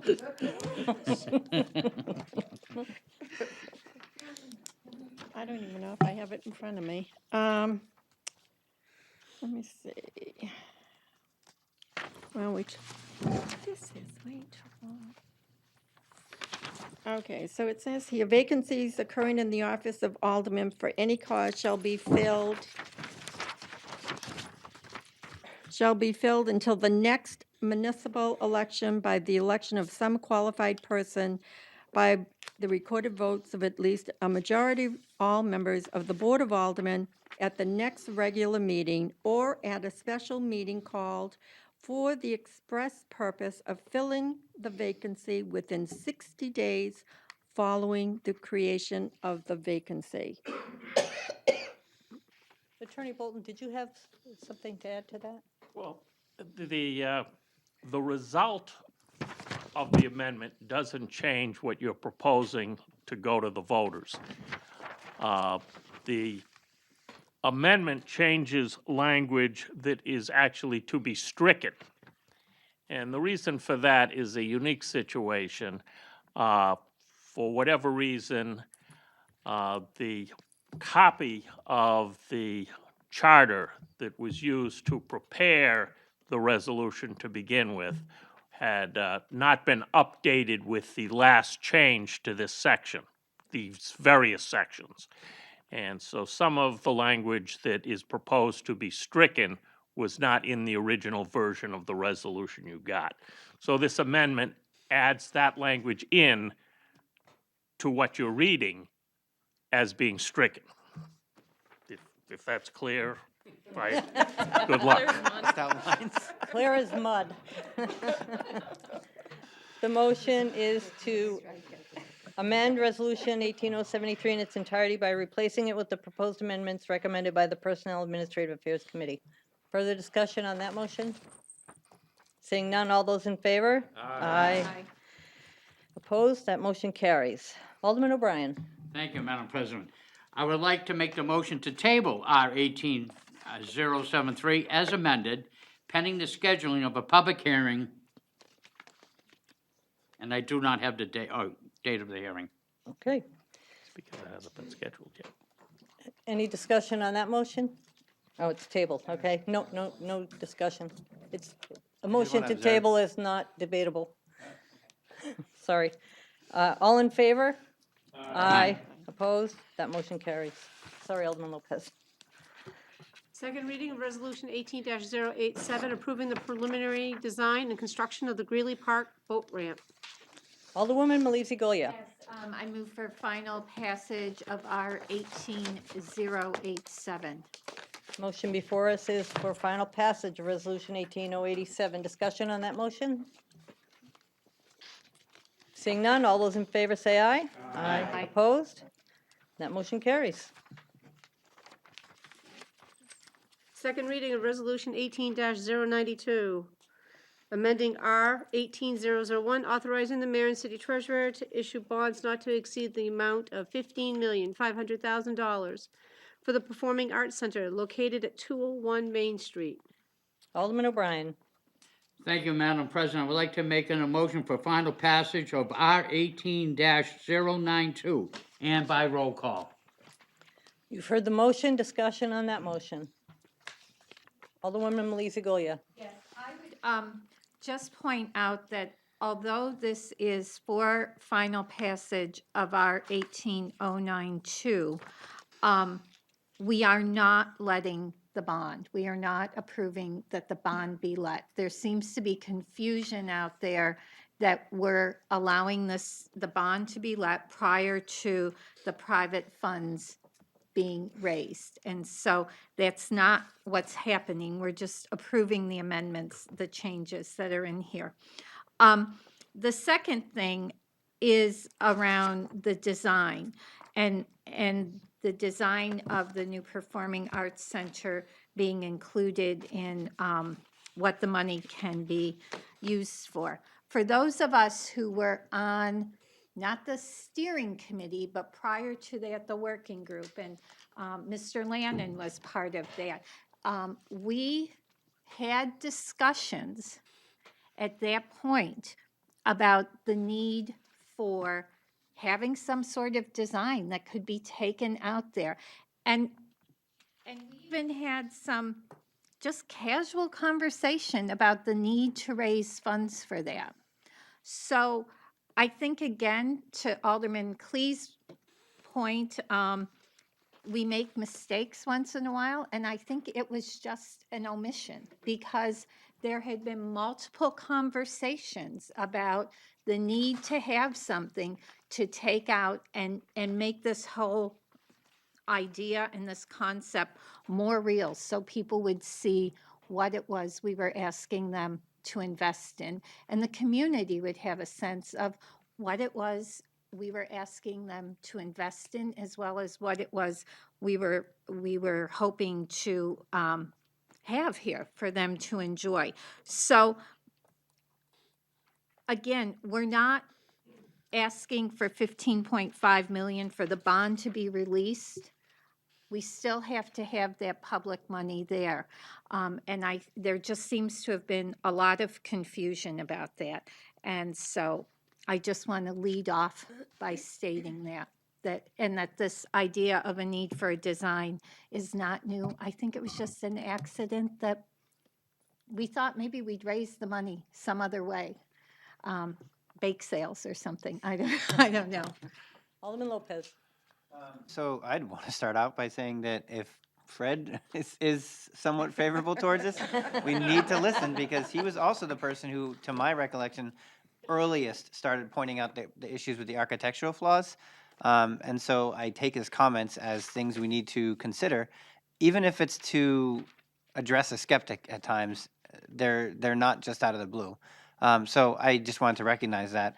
I also wanted to point out that I was the biggest fan of bake sales, and I was pushing since day one that, okay, we have all of these people packing the aldermanic chamber, which is amazing because whenever we're talking about practically everything else, there's nobody in the room back there. So there's obviously a lot of public interest in this. And then we had the referendum, and we had people turning out to vote and, committing their support behind this, at least in terms of checking a box, and saying, yeah, move forward with this, and this is something that we're interested in if you do choose to do it. So there was public support for it, and I have been pretty outspoken about my disappointment that we aren't harnessing that public support and engaging it and making sure that each individual person feels like they have a role in this. I would have had bake sales if possible, because everybody gets a chance to contribute something, even if it's small. And my experience in charitable work is that even small donations do add up over time. However, that being said, one of the examples that I used to give for things that you could fundraise privately with smaller donations would have been marketing material and showing them what the thing would actually look like, and trying to attract larger donors, building from the bottom up. And understanding now exactly how much it costs to get a real professional architecture involved, to get the assessment that higher end investors are looking for. Now I understand that basically we would have been throwing out the baby with the bathwater. We would have had the public interest, we've had the public input, and we would have worn it out before even getting to the architectural design, because raising $1 million alone with bake sales is exhausting. That's what Betsy McNamara was trying to tell me repeatedly. That's what Alderman McCarthy was trying to tell me. And it wasn't really until I saw the estimate for the architect and started comparing it to other projects of similar scope, and I realized, oh, so that's the problem. I am encouraged that we're moving forward in the public phase of this now, because while we're going to attract a lot more confusion and concern that we might be doing the wrong thing or not the perfect thing, at least the public is much more involved, and I think that's necessary. And I think the arguments that I've been making all along is that the public has always been involved, because we're talking about their money. Each one of us represents a district, a part of the city, taxpayers that are contributing to the money that we're ultimately, custodians of.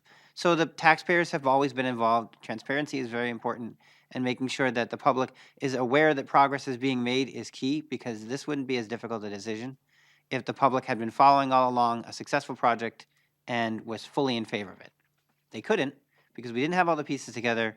We still needed the planning and organization, and I understand that as the awkward part of this kind of process. This is a new kind of partnership where it has the transparency of local government, but it needs the investment of private donors. And likewise, the donations and the support from it are going to come from a different mechanism than we typically see. We're not going to see the rich, vendor whatevers that have tons of money just drop money in so they can put their name on the building. We're seeing a lot of very discerning donors wanting to see a plan and wanting to understand the nuances of the project. And to do that, we're also going to have to use different tools, such as the new market tax credit and other resources. So I'm in favor of this because we already are invested in this. We already bought the building. The reasoning behind it has still not been challenged. I'm even concerned that with the economy doing really well right now, historically, it sort of goes the other way when it gets too good. And I think trying to weather a rough economy without an economic anchor downtown to replace Alex is going to be a problem for people downtown, for people working, and for our city trying to attract what people it can to support our economy. So there's many reasons that I'm in favor of this. There's many reasons I was concerned about it. But I just want to end with my most compelling point. Fred is not against it, so we should be considering it.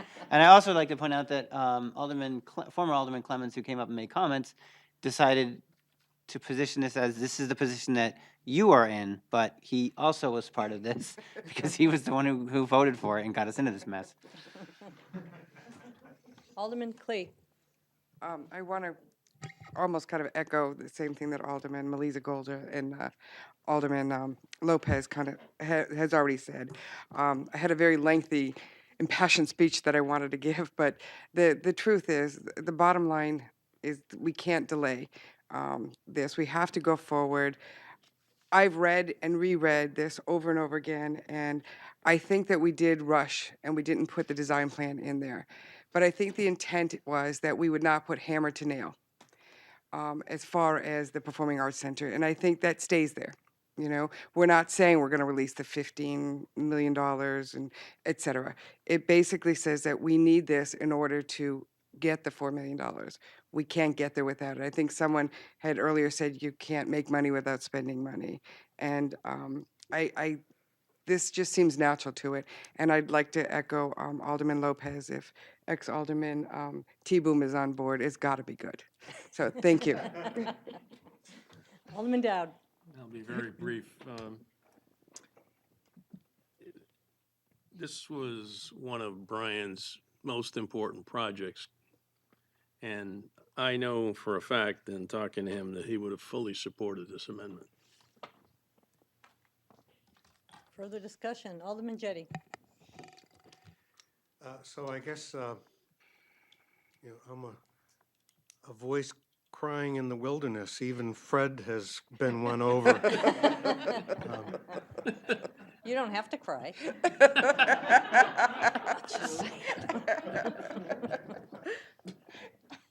But, you know, the people who spoke, I mean, I know most of them, they're my friends, and I was not against this, but I promised the voters in my ward that I would vote the way they voted. They voted against this.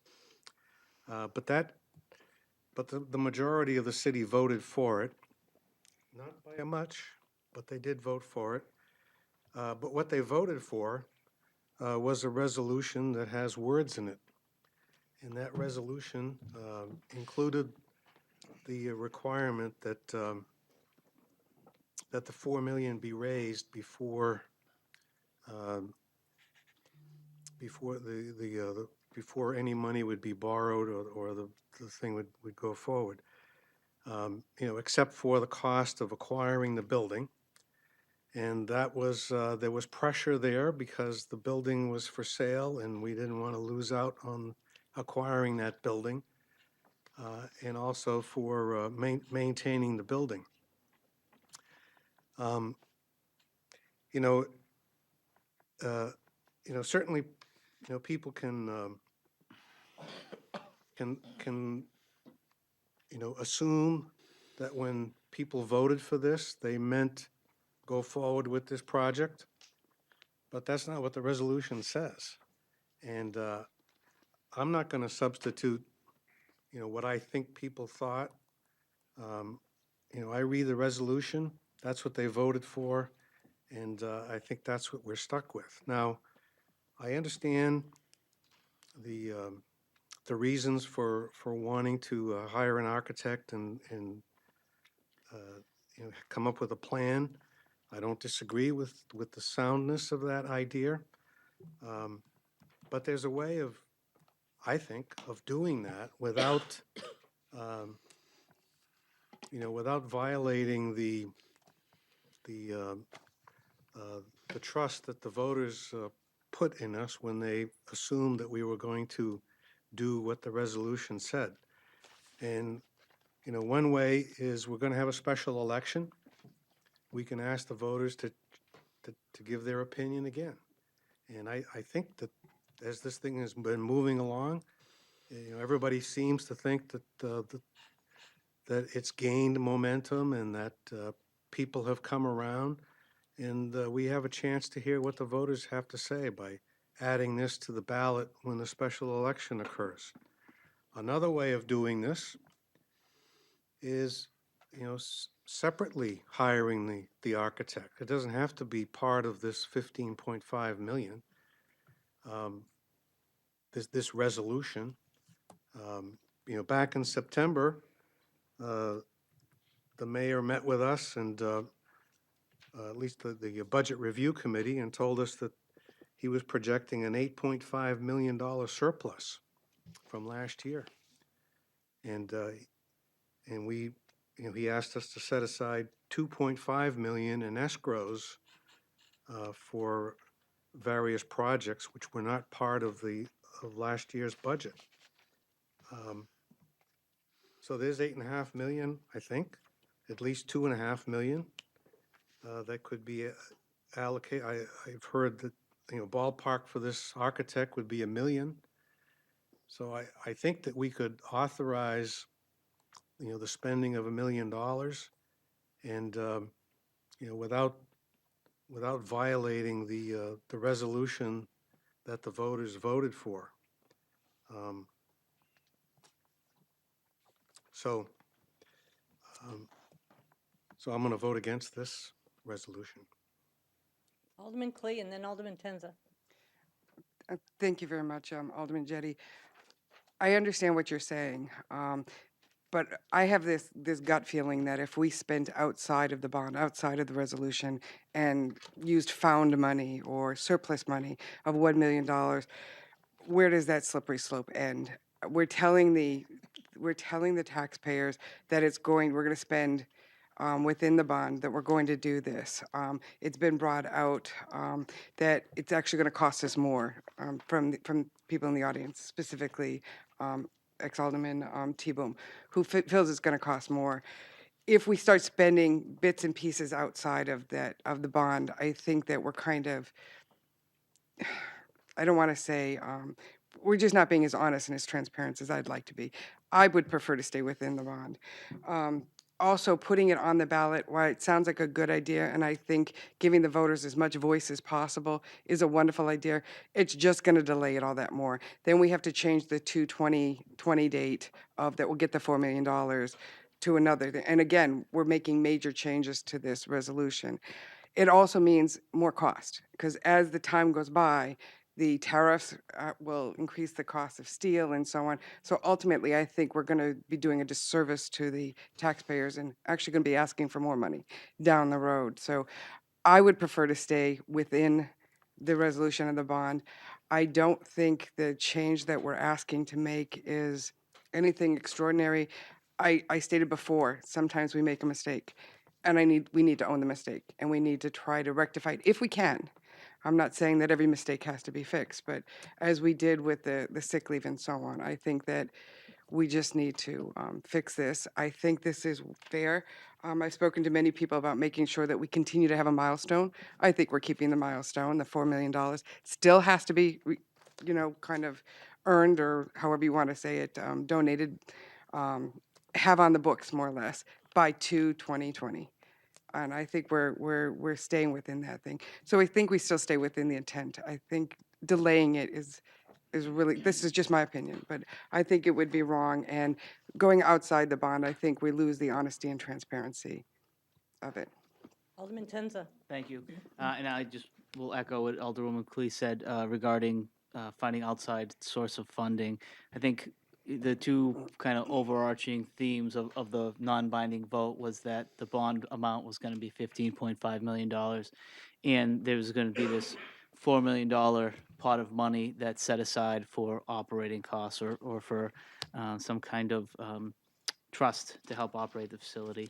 And what we're asking for with this amendment is to access some of that money so we don't have to go outside the bond, so we can continue with this project moving forward, but also, so that we can have some flexibility with that $4 million or even $6.5 million that's going to be coming into the project.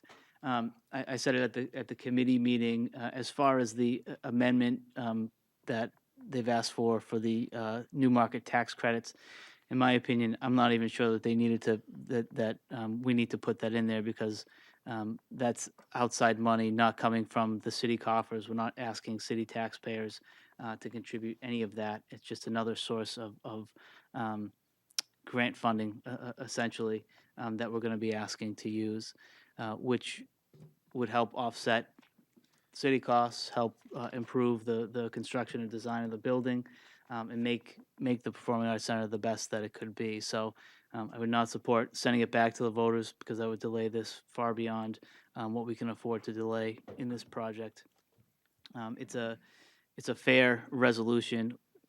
If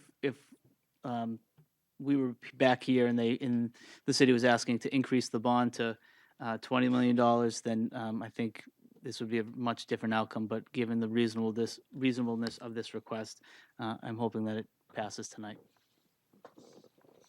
Alderman Lopez and Alderman Gidge. Alderman Jetty's comment reminded me of something a constituent asked me regarding the wording. As I understand, the wording was no money shall be spent on construction or renovation except for.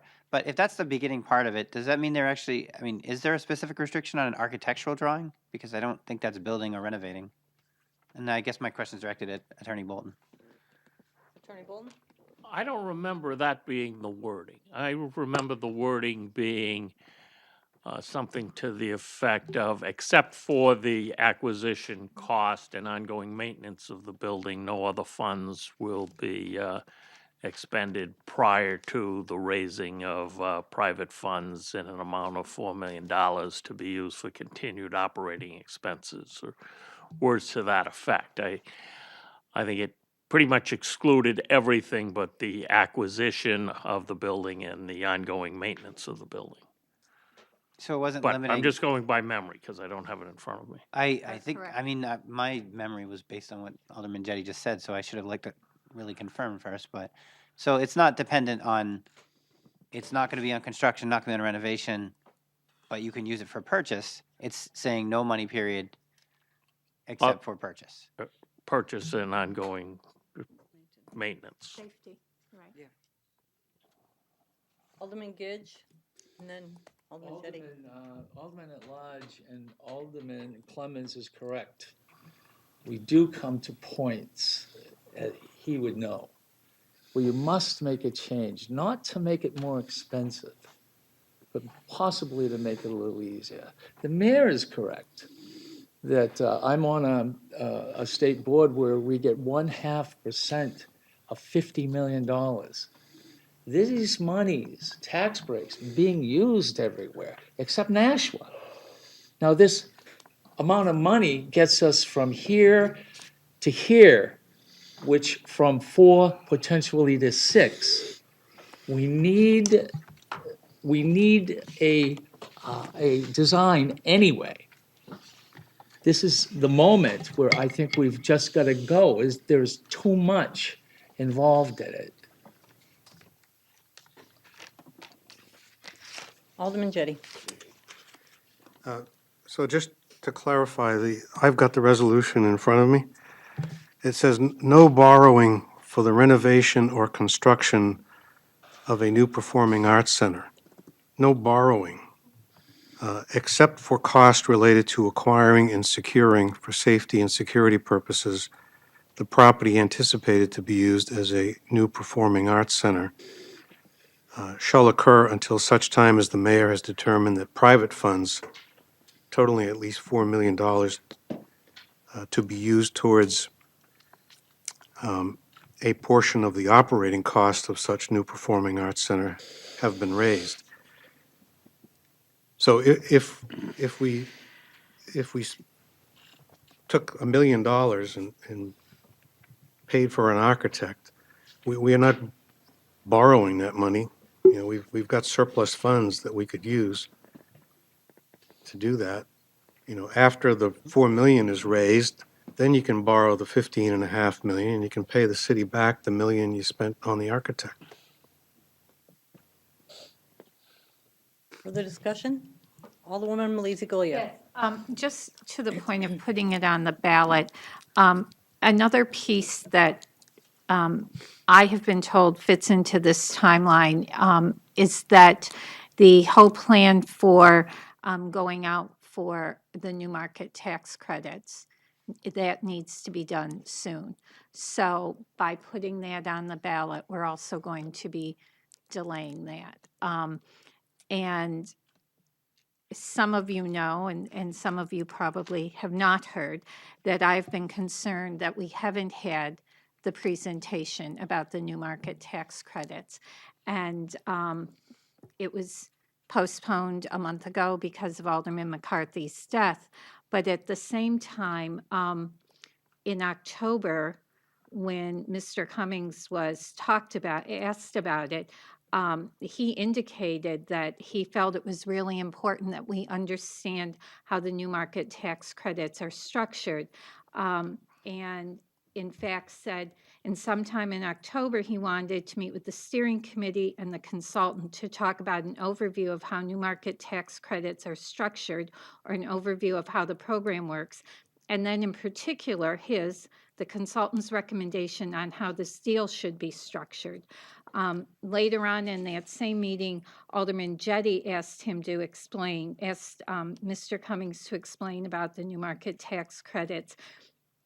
And President McCarthy replied, if we are going to have a presentation from the tax credit consultant, I'd rather do that there because it's a lengthy topic. So I think that some of our questions and some of our lack of understanding of timelines comes because we don't understand some of this also. And I think that once we have that presentation, we will have a better sense of those timelines and how all of this is working together.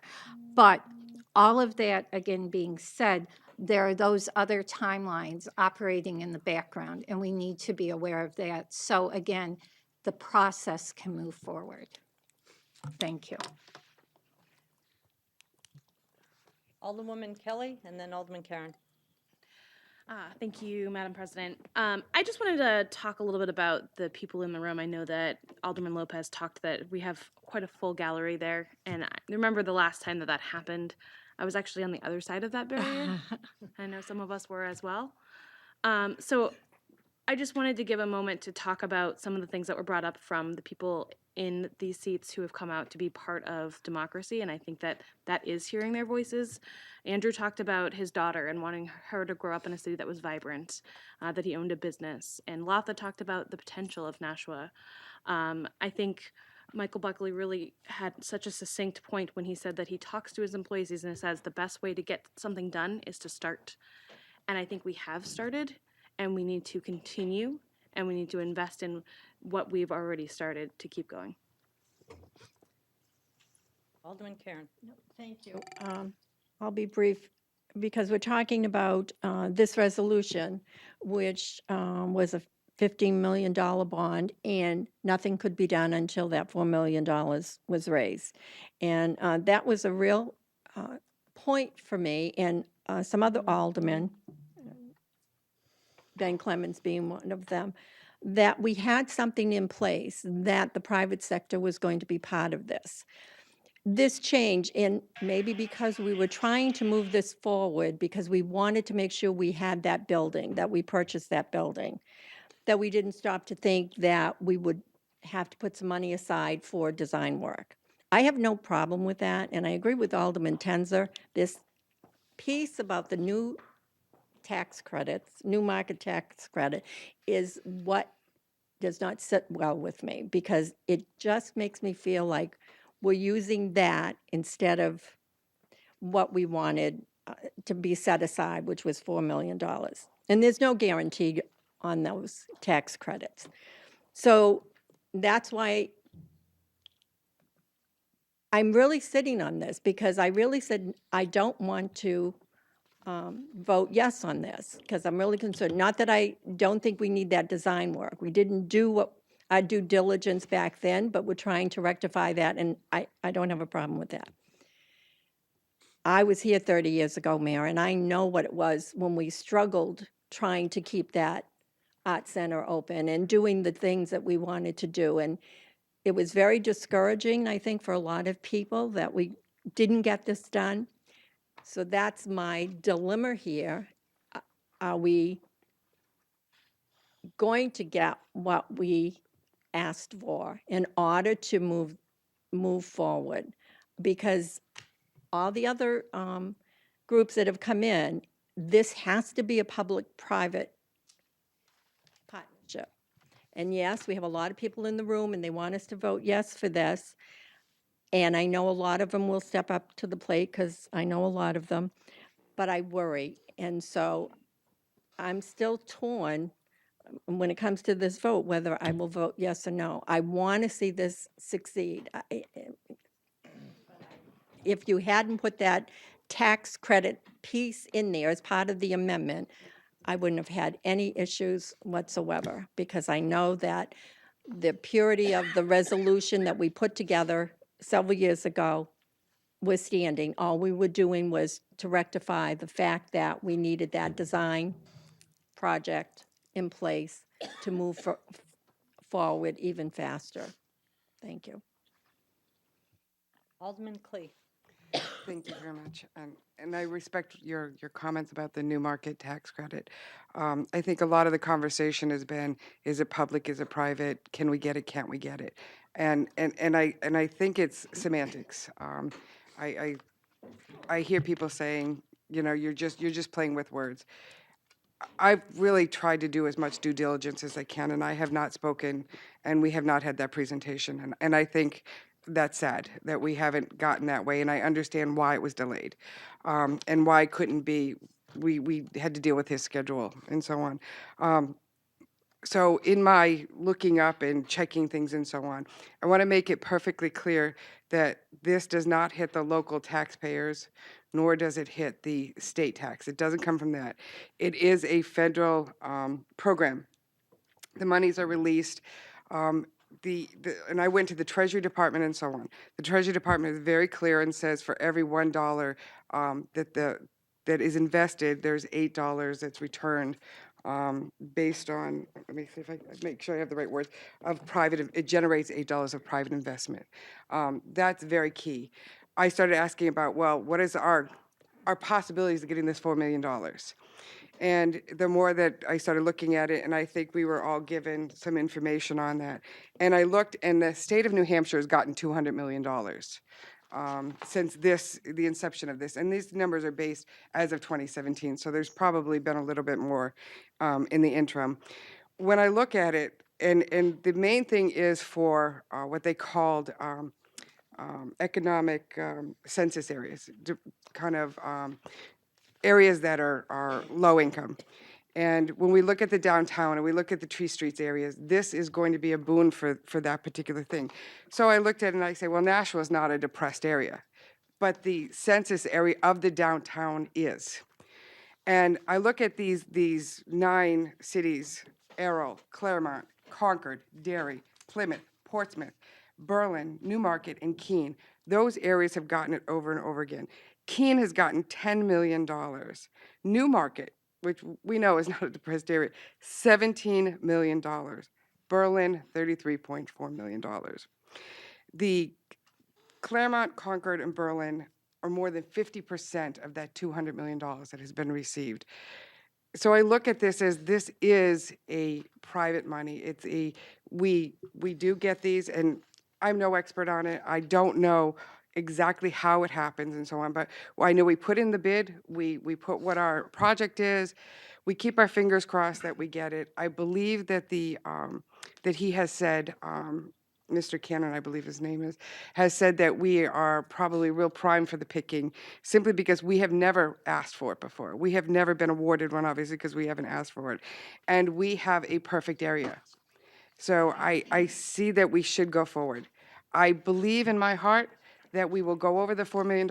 I don't think the new market tax credits is going to take us all the way.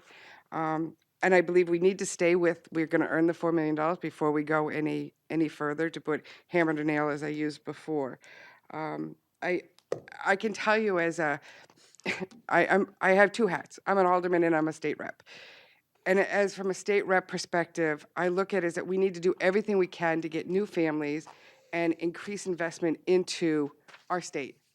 As an alderman, I say into my city. This, I believe, is going to happen. And I understand what you're saying is if those words hadn't been there. And I think ultimately, many of us always felt that it was there, just not said. I think we became more transparent and more honest when we put the words in the resolution, and I think that was the way to go with it. But I do respect and I understand your anxiety of it, and I don't fault you for any decision you would make, so, Alderman Laws. thank you. You're welcome. I've got a lot of thoughts in order to begin. My major concern right now is that we're going to cut off our nose to spite our face. I mean, I can't imagine we have a single constituent who is surprised that we had a little bit of oversight on one of the first things that the newly elected board came in and voted on. What I would implore them to think about is that how many boards do you have that pretty much unanimously accept the fact that we made a mistake, we're sorry, and we want to move on with it. Reality is, if we do anything right now to stagnate this plan, we're going to screw it up. We're probably not going to get the performing arts center that we want, that we promised most of our constituents. Alderman Jettie, I completely respect your point. We've spoken about this privately, but I would also implore you to think you're basing your decision off of a vote that your constituents made over a year ago.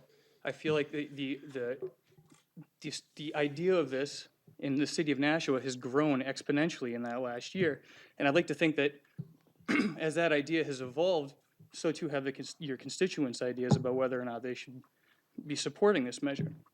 The emails, the phone calls, the conversations that I have, they're all overwhelmingly in favor of this process. And I just, that's it. That's it. Sorry. That's it. I don't need to beat the dead horse here. Alderman Gidge and then Alderman Lopez. I've been up in Concord in the Commerce, which is banking, insurance, and consumer affairs, and I can tell you, this is not private money. This is coming from the federal government. There's three ways that it comes down, complex, but we end up with quite a bit. Everyone along the way makes something in a sense. It's not private money. Money that comes in federally could be considered in a sense private, but it's not. This is all federal, and I think this has been going on for 17 years. And I cannot believe that we haven't taken advantage of this. So if anyone here believes it's private, it's not. Alderman Lopez. Disagree a little bit because it's called a tax credit because private people have to pay the money. But I wanted to circle back to what Alderman Clee said earlier and point out that we have this huge project which could benefit the city of Nashua, and the reason we're eligible for it is because of all the people who are working hard in the surrounding neighborhoods to make ends meet. So you're welcome. You guys, the rest of the city can enjoy this project, but let's not forget why we're eligible for it. People are working every day trying to make ends meet, trying to, sustain their living, and maybe the city's looked a little bit sideways at some of the people who are just trying to get by every day and didn't really know they had an audience. But those are also the people that the tax credit is meant to focus on. It's supposed to stimulate that area and help them. And this, as much as I love the arts and the performing arts, and I do play guitar, some people don't think I can sing or do anything, and I am an artist, this is an economic anchor, and downtown and those neighborhoods need it.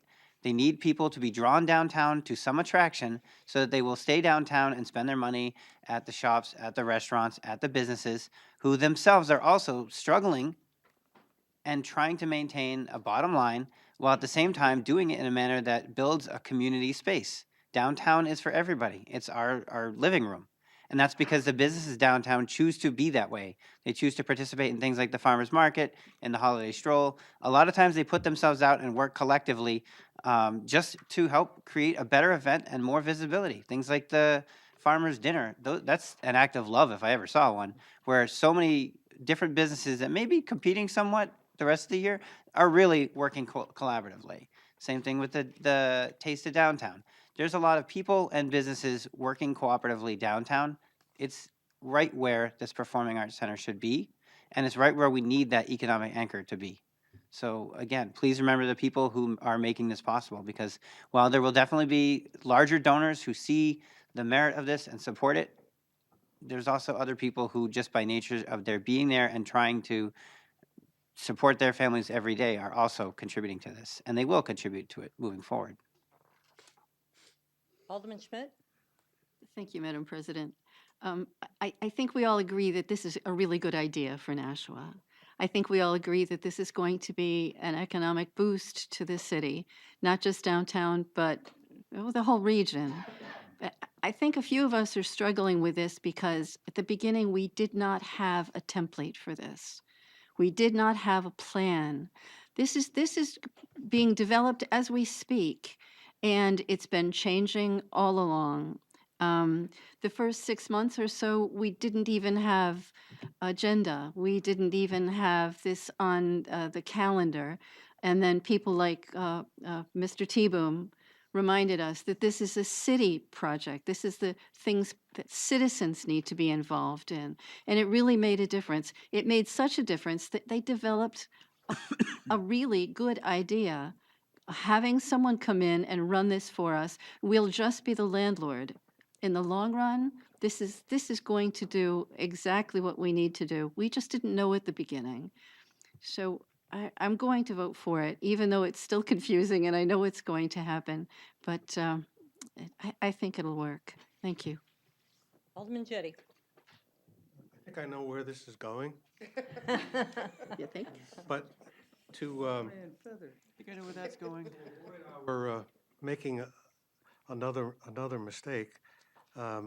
If I could ask Attorney Bolton, the opinion has been expressed and by Alderman Tenzer, and I agree with him that that including new market tax credits is probably not necessary, but I assume it's there for a reason. And I'm wondering if bond counsel requires that we put that in there, and if that's the reason, what about the New Hampshire Community Development Finance Authority, the state credits? Does that need to be put in there also? Or, do they both have to be in there, or does neither have to be in there? Attorney Bolton?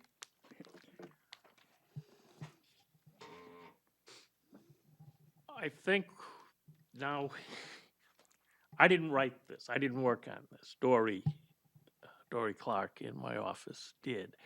And I think she investigated these possibilities. The advice of bond counsel, the advice of the counsel, the attorney dealing with new market tax credits, which is his expertise, was to do it this way.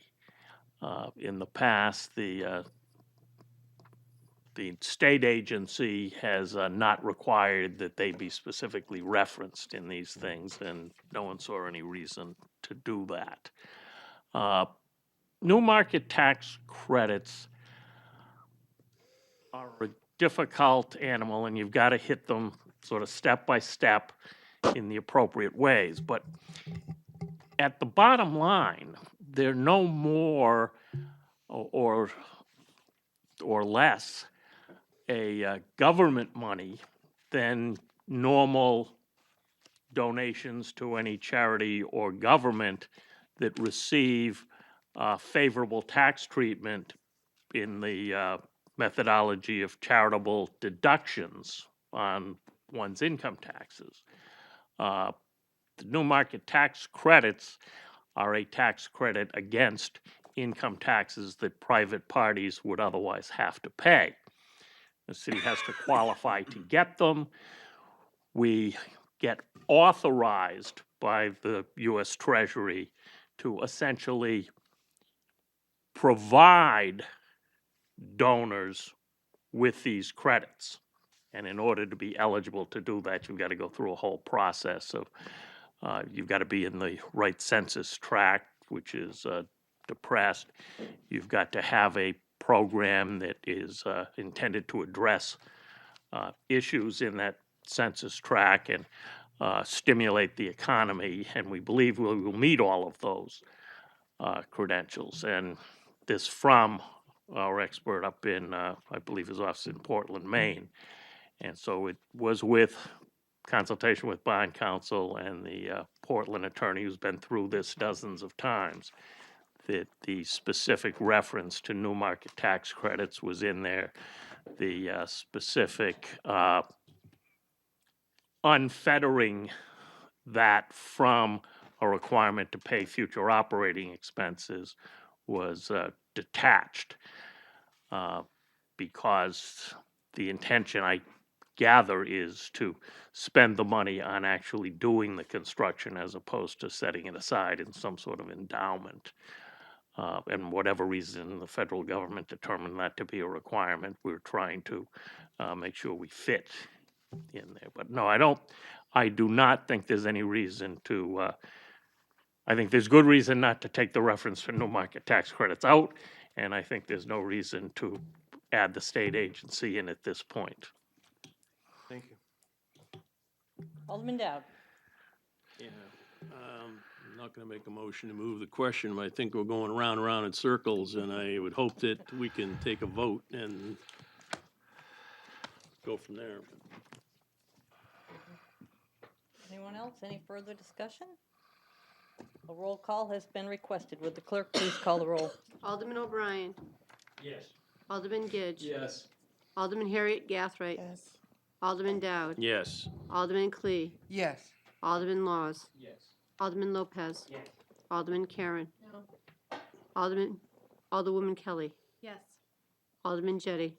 Don't hate me, but no. Alderwoman Malizia Gola. Yes. Alderman Tenza. Yes. Alderman Schmidt. Yes. Alderman Wilshire. Yes, We have 12 yeas and 2 nays. and that motion carries.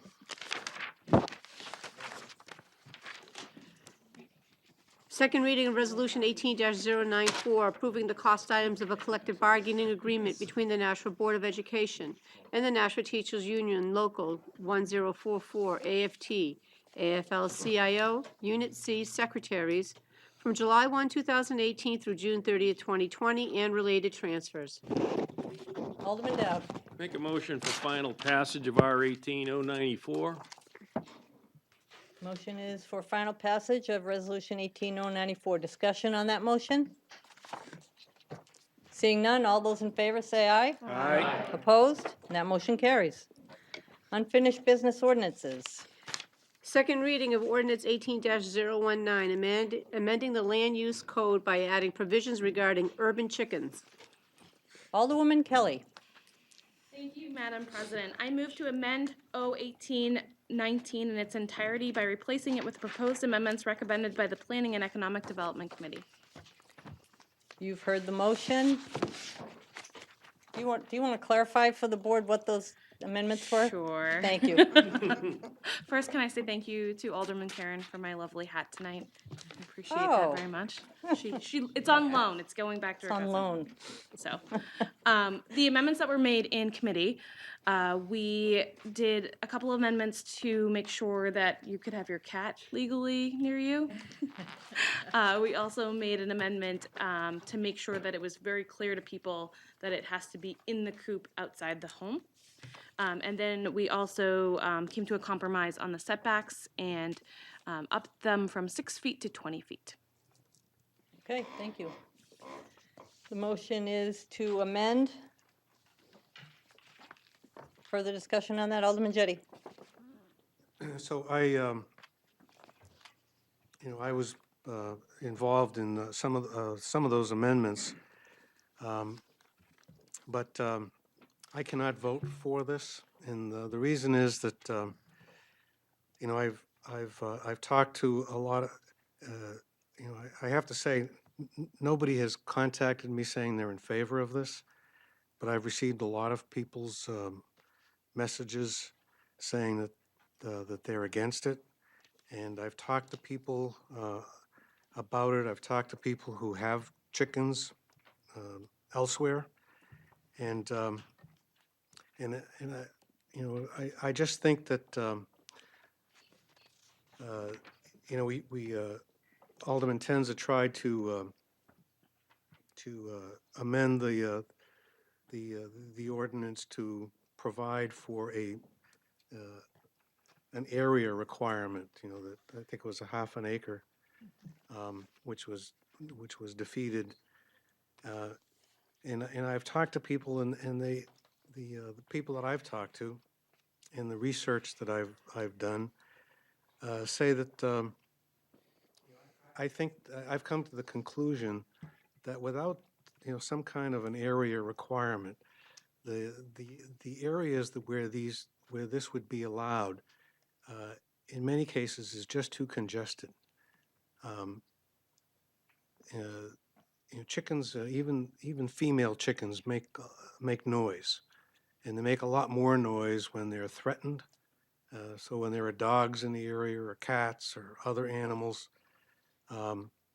and the ordinance, I think we ended up with a 20-foot setback from the property line, which is not very far. 20 feet is not very far from a property line. And the other thing that people have talked to me about is the manure, the chicken manure that's produced, and that, especially when it rains, that becomes very, causes a lot of odor. And I just think the way it is now, it just allows the chickens in too congested an area, and I just don't. The other thing I wanted to mention is that this would be enforced by our code enforcement department, and our code enforcement department does not have the staff to go out and police any of our ordinances. And they will tell you, if you ever talk to them, they will be the first to say they are a complaint-driven agency. And so they rely upon people to call and complain about things before they do anything. And so what we're doing is we're creating, which I'm afraid of, is a source of complaints. And those complaints are going to have to come from neighbors. So now you've got neighbors calling the code enforcement agency, complaining about other neighbors. And, I don't, my experience is people are very reluctant to complain. They'll complain to us. I've had people call me and say, don't use my name. My neighbor has chickens, which I think is illegal currently. But I don't want to call because I don't want to cause a problem with my neighbor. So I think the idea may be a good one, but I think we're creating a problem for our citizens. And so that's why I'm against it. Alderman Dowd? Yeah, a couple things. I'm going to support this. I think it lends itself to having some issues, but I've talked to Director Marchand, and her department is fully behind it, and the code enforcement falls under that. So we'll see how it goes. Most of the properties in your ward already can have chickens. R30 and R40, it's already allowed without some of the restrictions that are in this new ordinance. So, like I said, I'm going to support it, and we'll give it a wait and see what happens. Alderman Clay? Thank you. I've gone back and forth on this bill, but I'm going to tell you, and I've said this before, as a person who grew up with chickens in my backyard and across the street at my papa's house, there is an odor.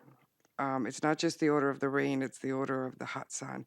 But we did build in that they need to clean it and they need to maintain it and so on. But code enforcement is not going to be going out annually to make sure that everybody's kept up with it. Instead, what we're going to do is much what Alderman Jettie said is it's the neighbor tattletale game. A neighbor has to call. And I can tell you as a person who's received those late night phone calls because someone's dog is barking too loud or because somebody's dog jumped over a fence or did this or that, and they don't want to be the bad guy calling the police and kind of asked me to intervene for them, which I do. Reluctantly, I do. Maybe it's right, maybe it's wrong. I have other issues with it. I wish we had been able to do what Alderman Tenza had requested, making it a larger space. I know that would have eliminated some people. I too have gotten phone calls. Those that are, I would guess, are for it, basically say, I'm not against it, and I don't have a problem with it. I'll go to my neighbor's house and get fresh eggs. They're not going to do it themselves. Then I get the people who vehemently say, I absolutely do not want this in my yard, next to me, across the street from me, etc. So I don't believe that I will be supporting this bill. Alderman Lopez? I'm in support of it. It's an urban chicken act. I think it should be focused on the urban areas. using terms like congested or square footage or whatever. I think the idea was to expand access to fowls to people in different areas that have previously had that access restricted. If the code enforcement department and Director Marchant oversees it is not necessarily against it and was essentially helping drive the bill, I don't necessarily think we need to speak for them. I think they know their job pretty well. They respond to calls all the time. Noise complaints, particularly dogs being a pretty common one. I don't really see all of those people who are complaining about chickens suddenly turning around and buying them and having chickens. So I don't think we're going to get a stampede of people who are owning chickens. I think it's just going to be an optional thing. And I can smell dog poop. I don't think this is unique to people who are blind and have heightened senses or anything, but that's something that's okay in this city. We have like an entire plastic bag infrastructure set up so that people can pick up their dog poop and move it along, and that's not even, we're not even batting an eye. So I just, a lot of points have been made. I think we've discussed this at great length in committee and gone over many, many areas of concern. I think it's an urban chicken ordinance. I think it's accomplishing its purpose. We should test it out and see how it goes. Alderwoman Kelly. Thank you. I just wanted to make a couple of points. In terms of the 20-foot setback, I had a conversation with Director Marchant, and we talked about, we can't know for sure based on what someone's lot looks like, but this will most likely have the effect of the quarter-acre recommendation that was talked about, because you're going to have that enough space in your side or rear lot. So there's that. The other thing I wanted to point everyone's attention to, I sent you guys the checklist that her department put together that would be actually given to people who go ahead and want to get chickens. And it goes through in great length. Someone already put the time into this. Exactly how you need to care, the manure. There's 3, I think, bullet points on manure and how you need to take care of it. So that would be available as people come, and it also, the gentleman from Nashua Farmers Market said that he'd happily put those out as well. I like to think big picture, so I just wanted to circle back that to the idea that people have said a lot tonight, and that's about having a city that you want to be proud to live in. And I don't think it's just one thing that makes it happen, right? It might be VO ride bikes, it might be community gardens, and maybe in this case for someone it might be chickens. So I think for me, that means a city that's willing to grow, not only in their numbers, but in their ideas. And I think this is an idea that will help us grow. Alderman Tenza. Thank you. So I've been at every public hearing on this because of my positions on the planning board and planning and economic development. And so, what I've proposed is not that we don't allow the city to grow, but that we allow it to grow in a kind of more, with a more measured approach. And the half-acre proposal that I made at the Planning and Economic Development Committee, what that would allow is it would allow 1,800 homes, residence lots to have chickens. That's in addition to all the folks who are living in the R30 and R40 zones. And so, I'm going to support the amendment at the bill as it's amended right now. But I think that, we have to be careful, and to echo what Alderman Jettie was saying. I respect the fact that Director Marchant will say that she can, her office can handle complaints, and I don't believe that complaints would be rampant throughout the city if this ordinance passes. However, every call that they go to, every call that the police get because they have to go and try to enforce this bill, or animal control, or zoning is a call that they're not, checking into unsafe living conditions for somebody else, or doing something that is more fundamental to someone's health and well-being. My proposal in amending, and I think Alderman Kelly and I may have a disagreement on this, mirrors what they do in Manchester. It's a half-acre lot. You have to have at least a half acre in order to have 6 chickens, with all the same regulations as proposed in this bill. So I'm willing, when the time comes, to make that motion again, if the board's willing to entertain that. Further discussion? Alderman Harriet Gathright. I did spend a little time today with Director Martian because I was trying to understand the different areas that were on a map a while ago. And there was areas, most of the areas that chickens were involved in were like acre lots, basically, across Nashua. The outskirts of Nashua, like going towards Massachusetts and things of that nature. I had several constituents call and actually wrote letters in regards to hoping that I would vote against it. And one in particular, I believe she did come to the planning board meeting, and she spoke about having I guess her property, or she had an investment property, and the people next door had chickens, and that her tenants continuously complained about the clocking and the odor that was coming from there. And to most, basically, they began to move out, and she was having a hard time renting because of the chickens. The other person, she was concerned about the law enforcement or um, or any enforcement being taken, the staff overseeing the human habitants in the city. So what she was saying was that she felt that staff was being so inundated with the issues that we have with property here. So now you're going to say, send them out to deal with the chickens, et cetera, et cetera. And she didn't think that was what should happen with staff for code enforcement, basically, or for the police department or any other person that would go out. What I did think was reasonable was the anywhere from an acre to 1 acre of property. Anything less than that, I felt as well, there was a problem with. So, and I did discuss that with her as well. And so if they want to entertain more than a half an acre, I would be willing to vote for that. Otherwise, I would be voting no. Alderman Clee.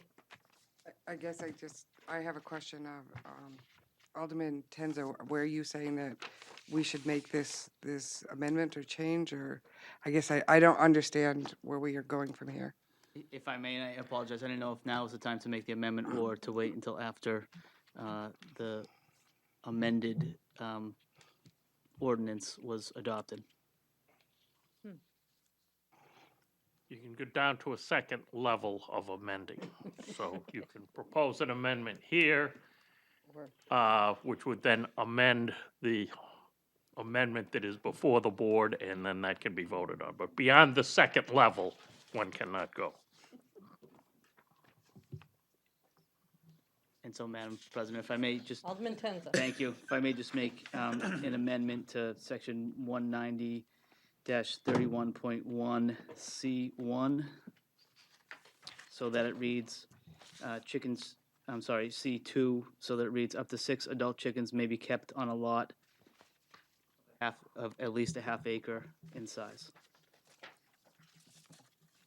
Okay, you've heard that amendment. Is there discussion on that amendment? Alderman Lopez. In the committee, we discussed this amendment, and it would significantly reduce the number of available chickens. Again, there's no evidence to suggest that everyone's going to trade their dog in for a chicken, and we're going to have a wave of this. So I still think we're kind of jumping at shadows, and I will not support this amendment. I will support the original amendment. Alderman Clee. And I agree. I don't think people are going to turn their dogs in for chickens. But I do think that it's a way of going. Perhaps if this does work, we can come back later on and shorten it. But we can't put the genie back in the bottle if we go with a smaller lot, because we have no sunset. We have no provision of re-entertaining this. So I'd rather start large and then work our way down to small. So I will support the amendment. Alderman O'Brien. Thank you, Madam President. I could support the previous amendment, and I would like to advise my fellow Alderman Tenza, if I may suggest, I'm not against to the whole board if they ever want to put something like in the sunset clause. And if I could just to reiterate to the board, if there was an amendment that was going to come forward, we did have that with street acceptance.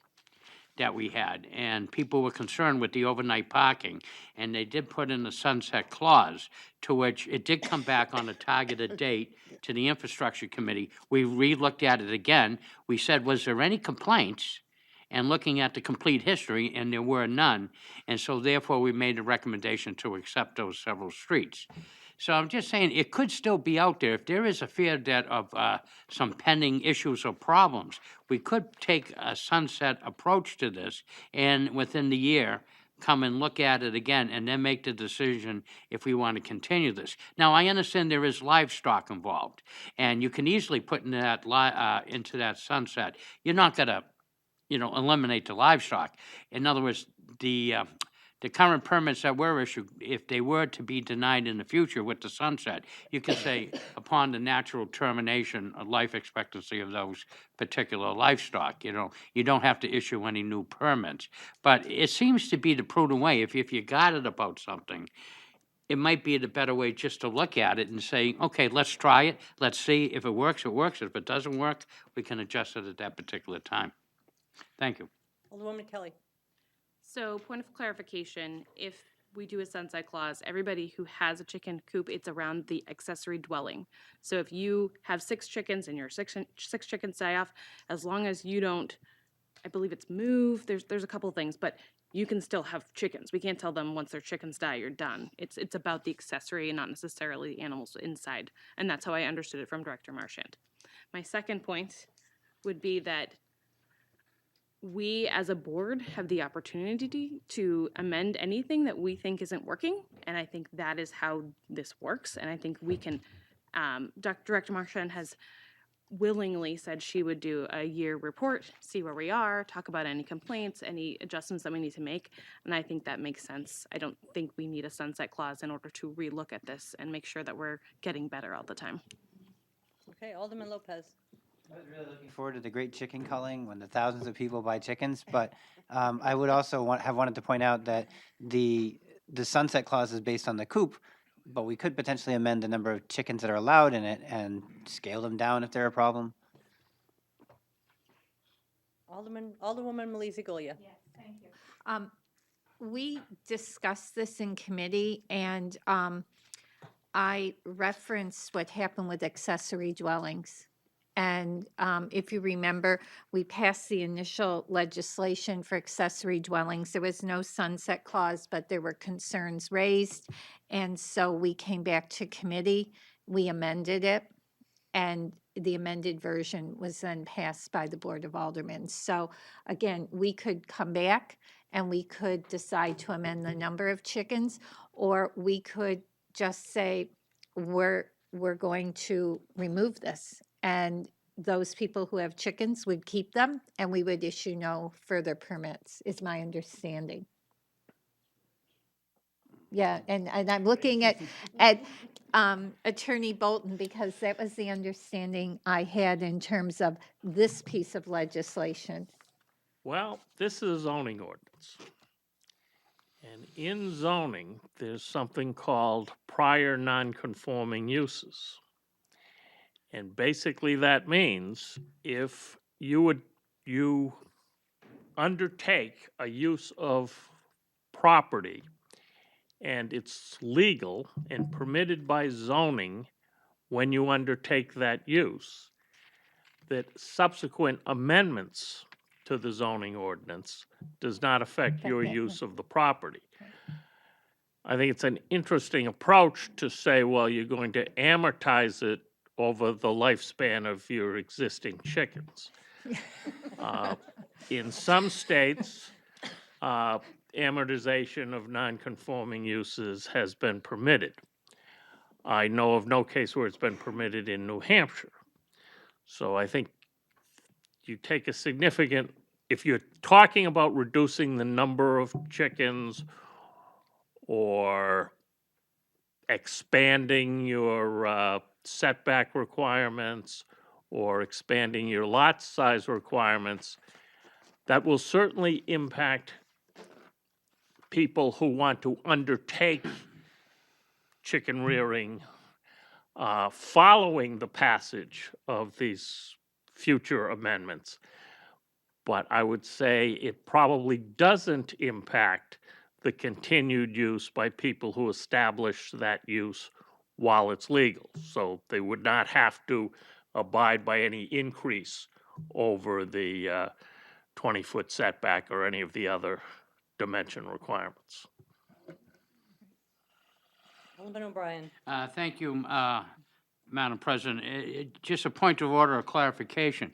By use of a sunset clause, the difference between that and the chairman reintroducing it at a later date, the sunset clause, by the by the virtue of the motion, sets a specific target date of 1 year or whatever is deemed within that motion, that it will come up before the board. It doesn't have to be remembered by the chairman if the chairman should change or the board should change. The sunset actually affects the date. Am I correct in that interpretation of that? I believe so. Yes. How that would play into a zoning law and the doctrine of nonconforming uses, prior nonconforming uses, at this point, I'm unwilling to opine on. It's unknown. Alderman Dowd. Yeah, I'm not in favor of the sunset clause. In some instances, like the parking, there was no issue with if we stopped it, it didn't hurt anybody, other than they didn't have a place to park. But in this instance, people may have spent money conforming with all of the rest of the ordinance to have chickens, and if it's a sunset, all of a sudden, you know, that's going to go away. And we talked about the code enforcement not having time to go out and enforce the current ordinance. But who the heck's going to go out and be able to recognize the chickens and know they haven't been replaced? You know, I see that as a. Number 7 is Not going to support the amended amendment. Alderman Gidge. The chickens aren't even housebroken when they're outside. We raise chickens in the South End. You don't want chickens. First, you can't keep them in, and then you can't keep things out. But I find this extremely interesting. This talk about chickens has been more exciting than to talk about a place to have a play. 14 angry aldermen over a chicken. Further discussion. Alderwoman Kelly. I just want to point out that we've had multiple public hearings. The first public hearing in this chamber, everybody was in favor. Director Marchand specifically has said multiple times that this is the #1 call they get. And tonight, when people had another opportunity to speak, nobody got up and spoke against it. I have not received anything against it, and I think we need to give it a try. Okay, the motion before us is to amend to the half-acre lot. I thought wasn't the amendment to the sunset, wasn't that? No, it wasn't an amendment. All right, no amendment, all right. So- Is it too late to table? Any further discussion on the motion to amend to a half-acre? Seeing none, all those in favor say aye. Aye. Opposed? I don't know. Nay. Show of hands for those in support. wait a minute. 1, 2, 3, 4, 5. That motion fails. So we're back to the original amendment. Do I need to remove the, okay. No? Any further discussion on that amendment? Seeing none, all those in favor say aye. Aye. Opposed? That motion carries. Alderwoman Kelly.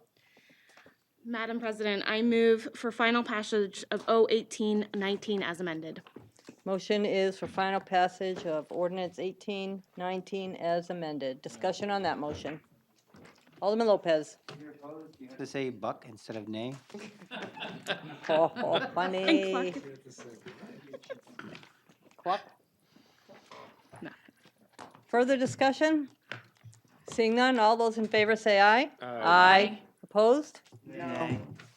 That motion carries. New business resolutions. First reading of Resolution 18-096, declaring a municipal special election to fill a vacancy in the Board of Aldermen on March 5, 2019. establishing the time period for the filing of nomination petitions, establishing polling times and issuing precepts to the selectmen of the city wards. There being no objection, I would suspend the rules to allow for the second reading of Resolution 1896. Second reading of Resolution 18-096, declaring a municipal special election to fill a vacancy on the Board of Aldermen on March 5, 2019, establishing the time period for filing nomination petitions, establishing polling times, and issuing precepts to the selectmen of the city wards. Alderman Karen. Thank you. I'd like to make a motion for final passage of R-18-096. Motion is for final passage of Resolution 1896. Discussion on that motion. Seeing Alderman Jettie. I'm wondering why was March 5th chosen as opposed to February 5th? Well, there's a timeline that the city clerk needs to get certain things done. And I So that's talked, the soonest we could do this? pretty much. Yep. Any other discussion? Seeing none, all those in favor say aye. Aye. Opposed? And that motion carries. First reading of Resolution 18-097, relative to the transfer of $31,870 from general contingency into various city clerk department accounts for expenses related to the municipal special election on March 5, 2019. There being no objection, I'd like to suspend the rules to allow for the second reading of Resolution 1897. Second reading of Resolution 18-097, relative to the transfer of $31,870 from general contingency into various city clerk department accounts for expenses related to the municipal special election on March 5, 2019. Alderman O'Brien. Thank you, Madam President. I would like to make a motion for final passage of R-18-097. Motion before us is for final passage of Resolution 1897. Discussion on that motion. Seeing none, all those in favor say aye. Aye. Opposed? And that motion carries. First reading of Resolution 18-098, authorizing the sale of tax deeded property located at 38.5 West Hollis Street to Manchester Housing Services, Inc., doing business as NeighborWorks, Southern New Hampshire. Given its first reading, I'll assign that to the Committee on Infrastructure. Additional sponsors? Oh, I'm sorry, additional sponsors. okay. Alderwoman Maliza Goya, Alderman Lopez, Alderman Laws, Alderman Clee. Okay. I will assign that to the Committee on Infrastructure.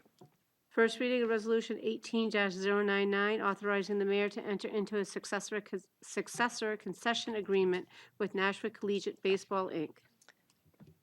Other endorsers, Alderman Tenza, Alderwoman Melissa Goya, Alderman Schmidt, Alderwoman Kelly, Alderman Lopez, Alderman Clee, Alderman Dowd, Alderman Harriet Gathright, Alderman Gidge, Alderman O'Brien, and myself. Given its first reading, that will be assigned to the Finance Committee. New business ordinances. First reading of ordinance 18-030, increasing fees for leased city parking spaces. Additional sponsors, Alderwoman Melissa Goya, Alderman Clee. Given its first reading, that will be assigned to the Personnel and Administrative Affairs Committee. Oh, I'm sorry, Alderman Harriet Gathright as well. Thank you. Period for public comment. We have 7 people signed up to speak. Bernie Cody.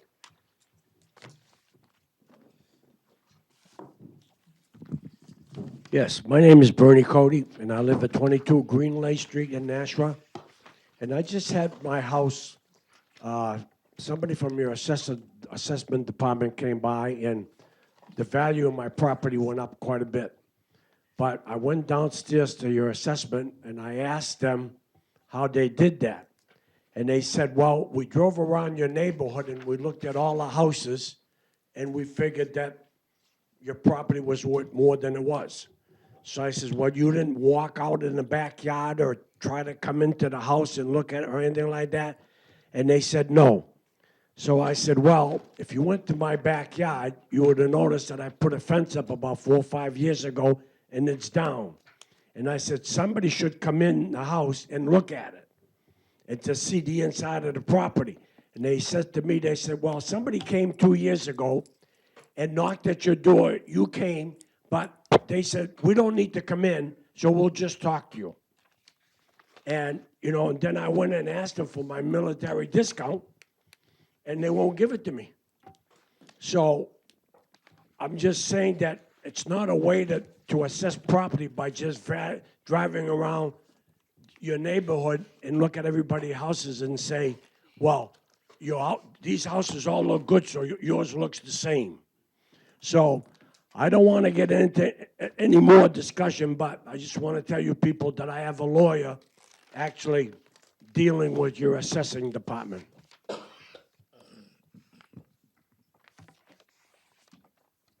Yvonne Dunitz?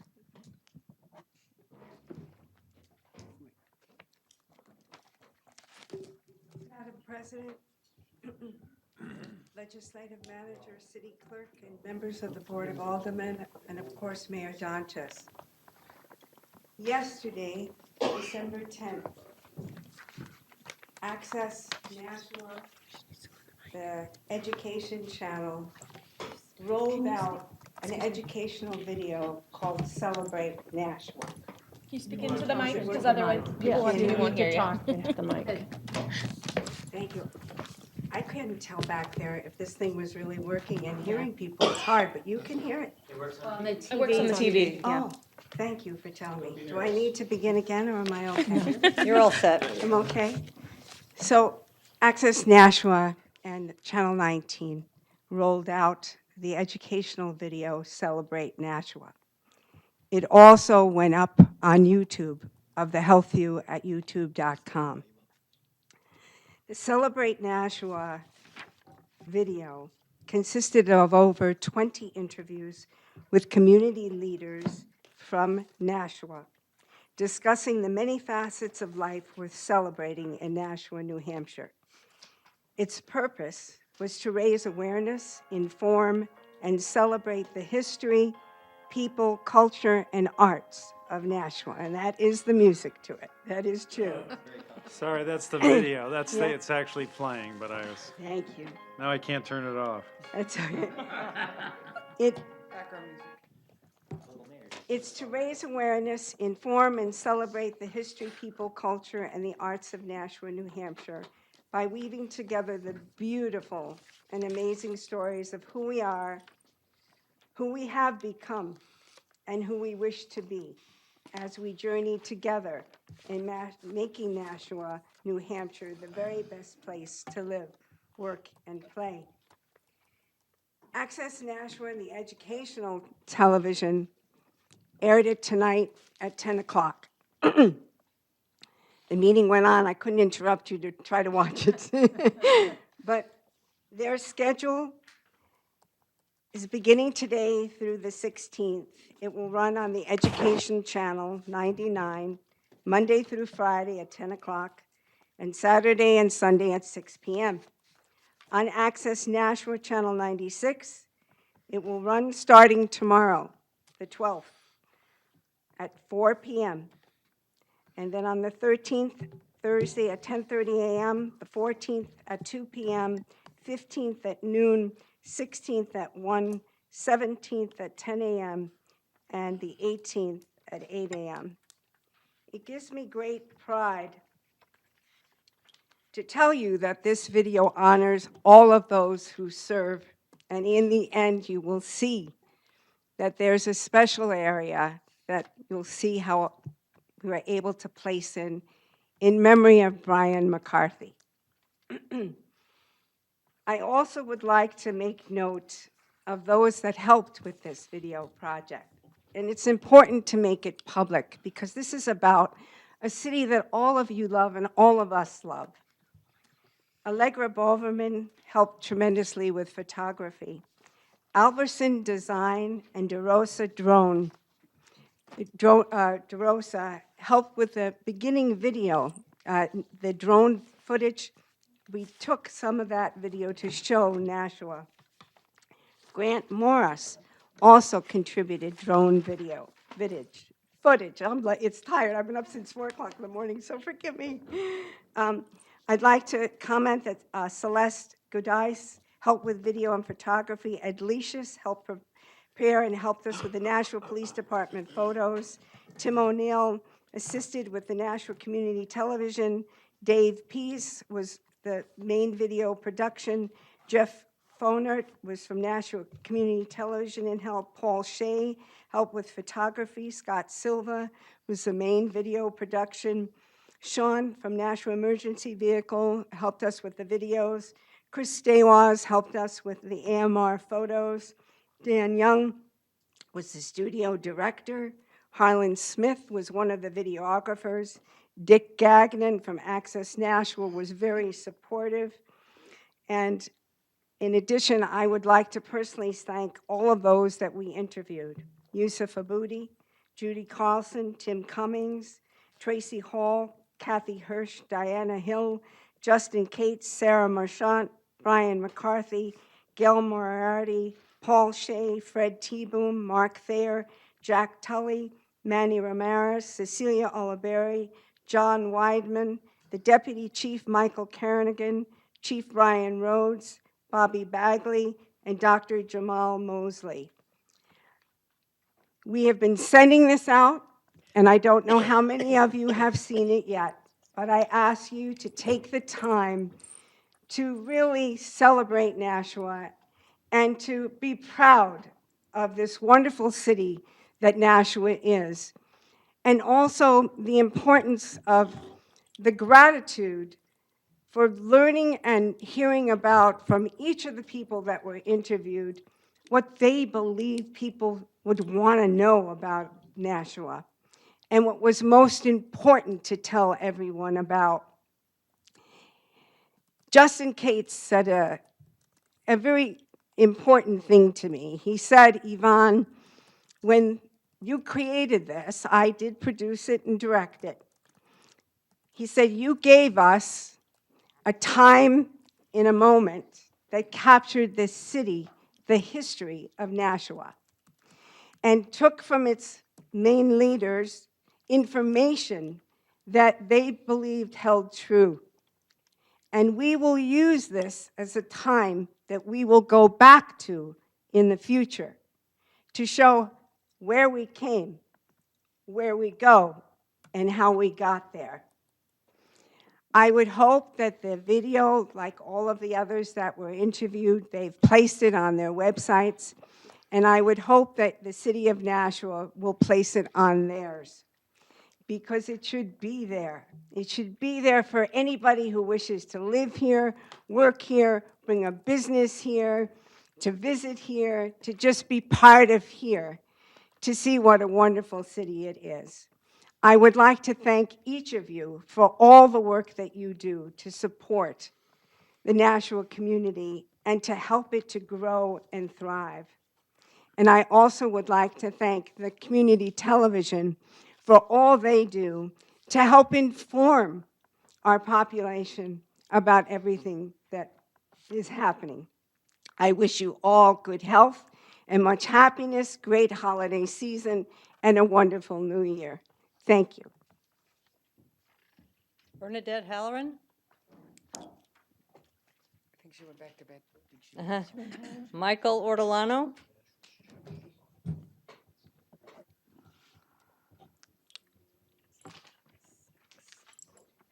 I am Michael Ortolano of 41 Berkeley Street, and I'm attending this meeting to provide some additional perspective on a comment that the mayor made at the conclusion of the Board of Aldermen meeting on November 27th.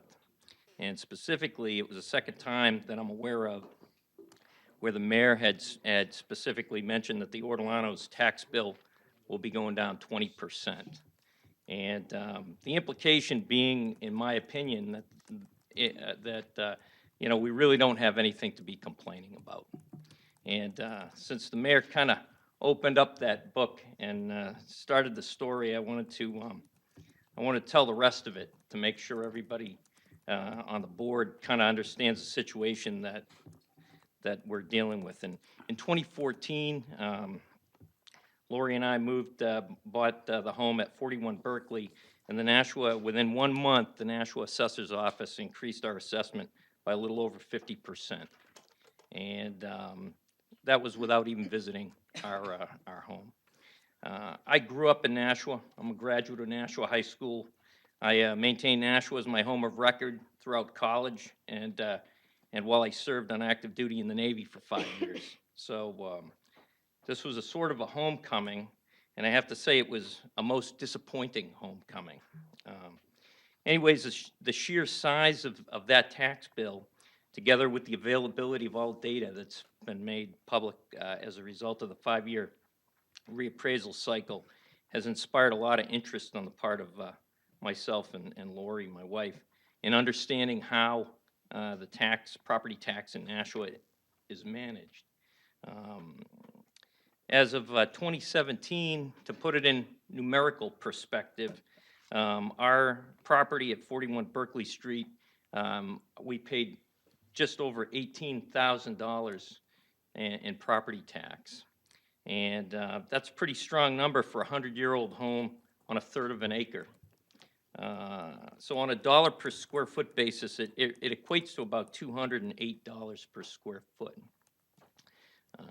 To further put that in perspective, I thought it'd be helpful to understand that there's a lot of differences in the city. The mayor's home, which is just a few blocks away from ours, had a property tax bill of about $7,400, and on a per square foot basis was at about $118 per square foot.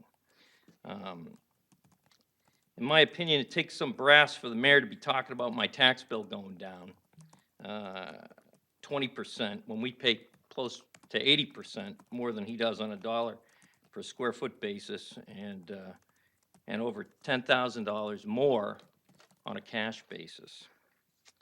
So I'd encourage the mayor to forget about my tax bill and to really focus on what's going on in the assessors department and the practices that have led to such significant differences. Property tax, as far as I can see, is a zero-sum game. So for everybody that gets a sweetheart deal, somebody else is getting the shaft. And that's kind of how it works. It'll be a big win for the city if the current practices can be improved so all property owners can feel confident that the office responsible for distributing the tax burden in Nashua, does so equitably and with a level of professionalism that is commensurate with the important nature of that work. Thank you. Lori Ortolano?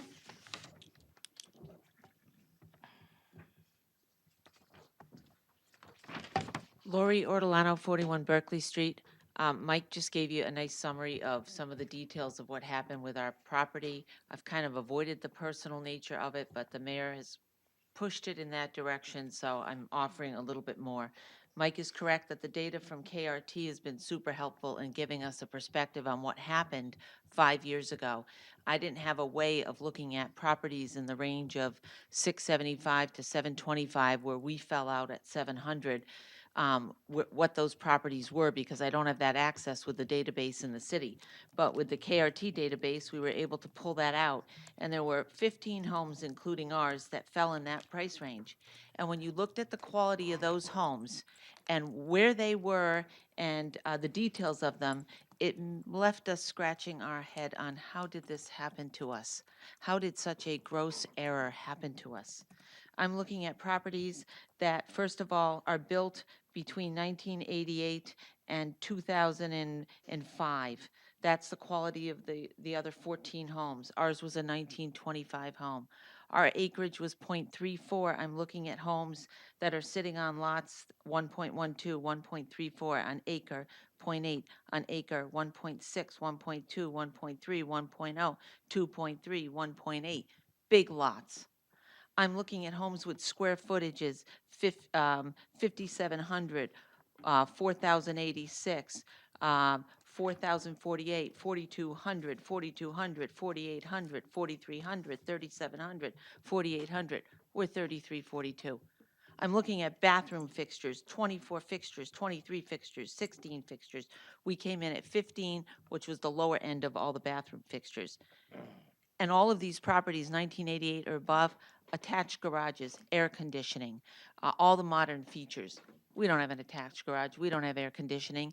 And unlike the mayor's property, our renovations done in 2008, no wall has ever been moved. We still have all the plaster. We have all the cast iron plumbing and lead. We still have part of the old wiring. So the level of renovation that was done on our property was far less than the level of renovation done on his property. And I don't understand how it happened to us that this happened. One of the things that deeply concerns me when the mayor brought up his card is he feels that he was slandered by me, which I don't feel that was done, or that I'm somehow implying that as a mayor or an elected official, he affected this valuation. I am not implying that. I am going to tell you that every property owner that is being assessed by that assessor's office, whatever that number is generated by those assessors, it's on those assessors. It's never on the property owner. It's on the assessors and what they're doing in the office. I am deeply concerned about ethics and conflict of interest issues, and I think it has to be addressed. I'm deeply concerned about people who are connected people, who are well-known in the city, getting these sweetheart deals, and we look at ourselves coming in as out-of-towners, outside people, new to the city, and we definitely got the shaft. The neighbor next to us that moved in 2010, because of our assessment being changed, they received a letter. Their assessment was jacked up $200,000 outside of the citywide assessment period. The reason? Because they renovated the old part of their home. They renovated 2.5 bathrooms. No new bathroom was put in. They dug out and did half of the basement. They knocked down walls and they put up new drywall like the mayor did. They put in new plumbing, new wiring, and part of the kitchen was redone in the old section of the house. And when the assessing office calculated those improvements, it was a $200,000 increase on their tax bill. The same level of improvements on your home resulted in a $32,000 increase. And when we go down the street on Berkeley Street, we have another family that moved in from the Midwest. They came in, a renovation, $85,000 done by a prior homeowner, resulted in a $55,000 increase, but then the assessing office wasn't happy with that, and they kept running the numbers, and they moved that house from $400,000 to $615,000 until the homeowners screamed uncle in 2011, filed for an abatement, got a reduction in 2013, and the house came down 200 grand. We're in that situation that the other house on Berkeley Street is in. We've been 5 years with it jammed down our throat way too high. And we're trying to get to the other side of this. And I wish the mayor had given us a chance to talk to him about this. I expect my mayor to understand the difference between a tax bill and an assessment. And I'm very concerned at the last meeting when you were positioning yourself to say that, people with young families, or we don't want to charge more than $1,000 for a new kitchen or $1,500 because of their family situation. Our property cards don't come with family photos. We have to make assessment a fair issue for everyone. What the mayor is talking about is a progressive form of tax. We feel that we paid with a progressive tax. Somebody looked at our house, our income level, the fact that we bought the house for cash, and decided these people can pay out the nose. We don't want that to happen. And I want to make certain that the new people coming in are treated the same as the established people. And I agree you didn't influence this as a mayor or an alderman, although the billing cycle fell when you got elected for some reason in 2011. They were supposed to come back to your property in 2012. They never came back. I don't even know if they had finished their assessment cycle. We don't know. The notes are a little messy on that card. It's not that clean. But what's interesting too with your card is your permit was opened in 2007. Nobody followed up until 2011. The property card is updated on a 2010 page, but it wasn't paid for in 2010. And in 2009 was a reassessment year, and your assessment was dropped $45,000, despite the fact that you were into all these renovations. The property on Berkeley Street I'm referring to in 2009 was raised about $50,000. They didn't get a drop because they had done renovations, and the assessing office was looking to raise it more. You got the benefit of a reduction while doing improvements because nobody knocked on the door and came out and followed up on what's happened in 2 years. You didn't even get a knock on the door. That's the difference. And we just want it to be fair, Mr. Mayor. I'm not accusing you of anything. I'm not accusing the card I held up with the city, the appointed position to the alderman, the assessor, the Board of Assessors, that hadn't had anyone come to it since 1994, despite 8 permits being pulled, 3 of monetary value. It's a connected person. It's a well-known person. Nobody comes. That's not what happened to us. That's not what happened to the house that burned on our street. That's a connected, well-known person. That got a half-value assessment. For reasons that I understand now, a lot of bad mistakes were made on that property. That was the most heavily visited property on Berkeley Street in 5 years, with 6 official visits from the assessing office. And in 6 official visits, nobody did the property card correctly. And a house equivalent to mine was assessed at $343, and we were assessed at $700,000. So our bill was 18 grand, and our equivalent home was 8. So please understand, we're just trying to get where we want to feel like we're being treated equal. We want to pay our fair share, but we want a system that recognizes that new people need to be treated like the old guard, and the system has to be equitable. Thank you. Mary Robbins.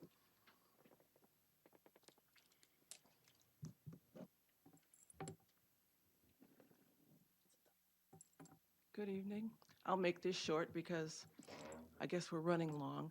My name is Mary Robbins. I live at 40 Berkeley Street, and I have read in the newspaper and about the assessment situation and the particular problems with my neighbor and the way she's tried to contact the assessors and whatnot. And what I would like to see is maybe even on the website of the city, the qualifications that these assessors have. What is their educational background?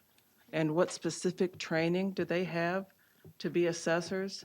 And how is the training here in Nashua, how does that equate to the training that assessors get in other cities, in maybe New Hampshire or in New England? Just to see what we're dealing with here, so it seems a little bit less random than it seems to me, just hearing about it and reading about it. Thank you. Paul Shea.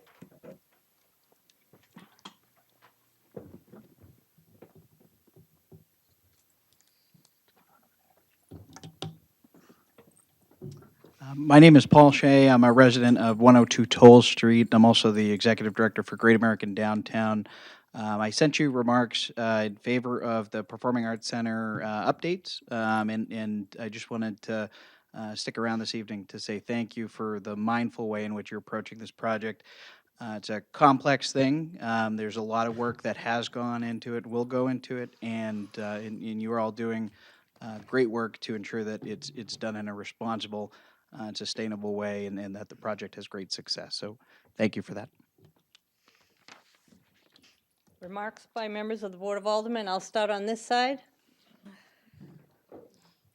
Alderwoman Melisa Yeah, just briefly, this evening as I drove into the city around 5 o'clock, I came down West Hollis and across Spruce, and there was an active fire on a side street on the west side of Spruce, and there were a number of fire trucks and a couple of streets. Temple Street was partially blocked off because of the running of hoses. And then in less than 2 hours after that, fire trucks went both north and south on Main Street. So it was a busy night. I'd like to thank them for their service. And for those who had the fire emergencies, I hope their losses were minor. And certainly at this time of year, we all want to be aware of our wiring, our candles, and all of those decorations we have up that are probably more flammable than we would like to believe. So just a comment on that.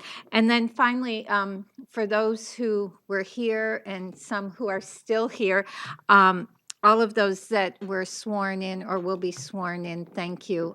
To see so many people here volunteering to do the city's work is really encouraging. And thank you to all who spoke in support of the Performing Arts Center amendment. Thank you. Alderwoman Kelly. I'll keep it brief. I just wanted to note that this is the last full board meeting of the year, and I just appreciated this is our first year for a lot of full board. The next one is the 25th. 26. We had this conversation on the way in, and I thought for sure that this was the last one of the year. So never mind. I will Don't thank us. rescind that. I will rescind Thank that. I'll save it for that day. But I do want to say happy holidays. Alderman Karen. I too would like to wish everyone a happy holiday and see you the day after Christmas. Alderman Lopez. Be totally brief. I wanted to comment on something that I've kind of been watching unfold over the last couple of months. There's a gentleman who used to play his guitar down on Main Street, kind of just trying to make some extra bucks and ask a lot of questions. And then he started to show up without the guitar and explained that it was broken. He had a very complicated life, and he's had a lot of police encounters as well. And so I saw him again with his guitar, and I was like, "Where? You're gonna do guitar? How did you pull that off?" And he explained that somebody had gotten it for him from the recovery community, which I thought was a tremendously kind thing to do, but that also he didn't have any strings for it and didn't really know how to tune it. And Nashua PD went out of their way, some officers, to get him strings to tune his guitar. And this is a man that does not have other things or anything. So for me, I wanted to share that act of kindness because I think it speaks very highly of Nashua Police. They do a lot of really good work in the community. They go well beyond just managing their calls in a courteous and kind way. They reach out and they really try to connect with people in need in the community.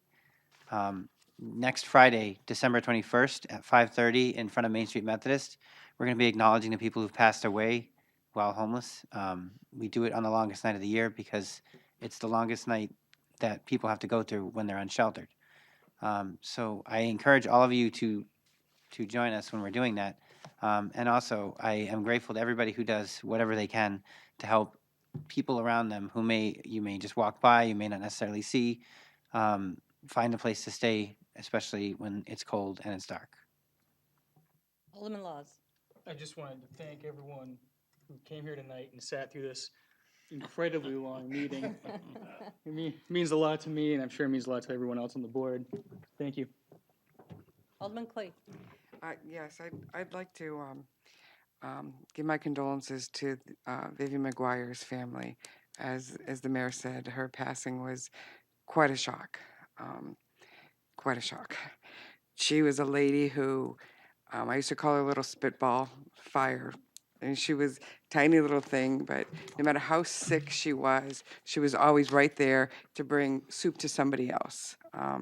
You could count on her to volunteer for anything.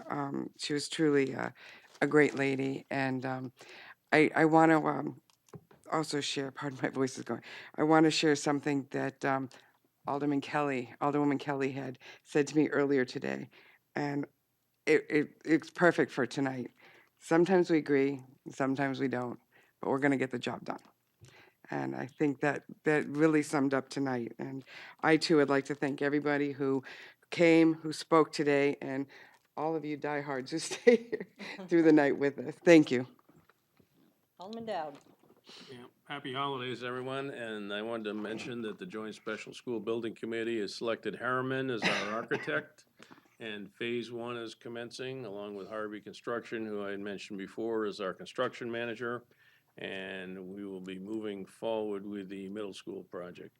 And also, I've canceled the joint special meeting on the 20th, because we don't need it, so I know everybody on the committee will enjoy that, and we won't be meeting again until January. Alderman O'Brien. Thank you, Madam President. I'd too like to give my condolences to the Vivian McGuire family.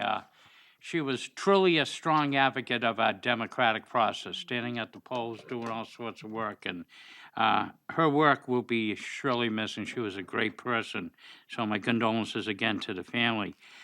which also leads in my condolences to the city of Worcester, who again, in the month of December, the most worst month with family and everything, suffered another tragedy with the timely line of duty death of firefighter Roy. My fellow firefighters down there in Worcester, and to firefighter Roy's family. But on a happier note, congratulations to all those that got sworn in tonight. We really need you to do some of this work, and thank you for doing so.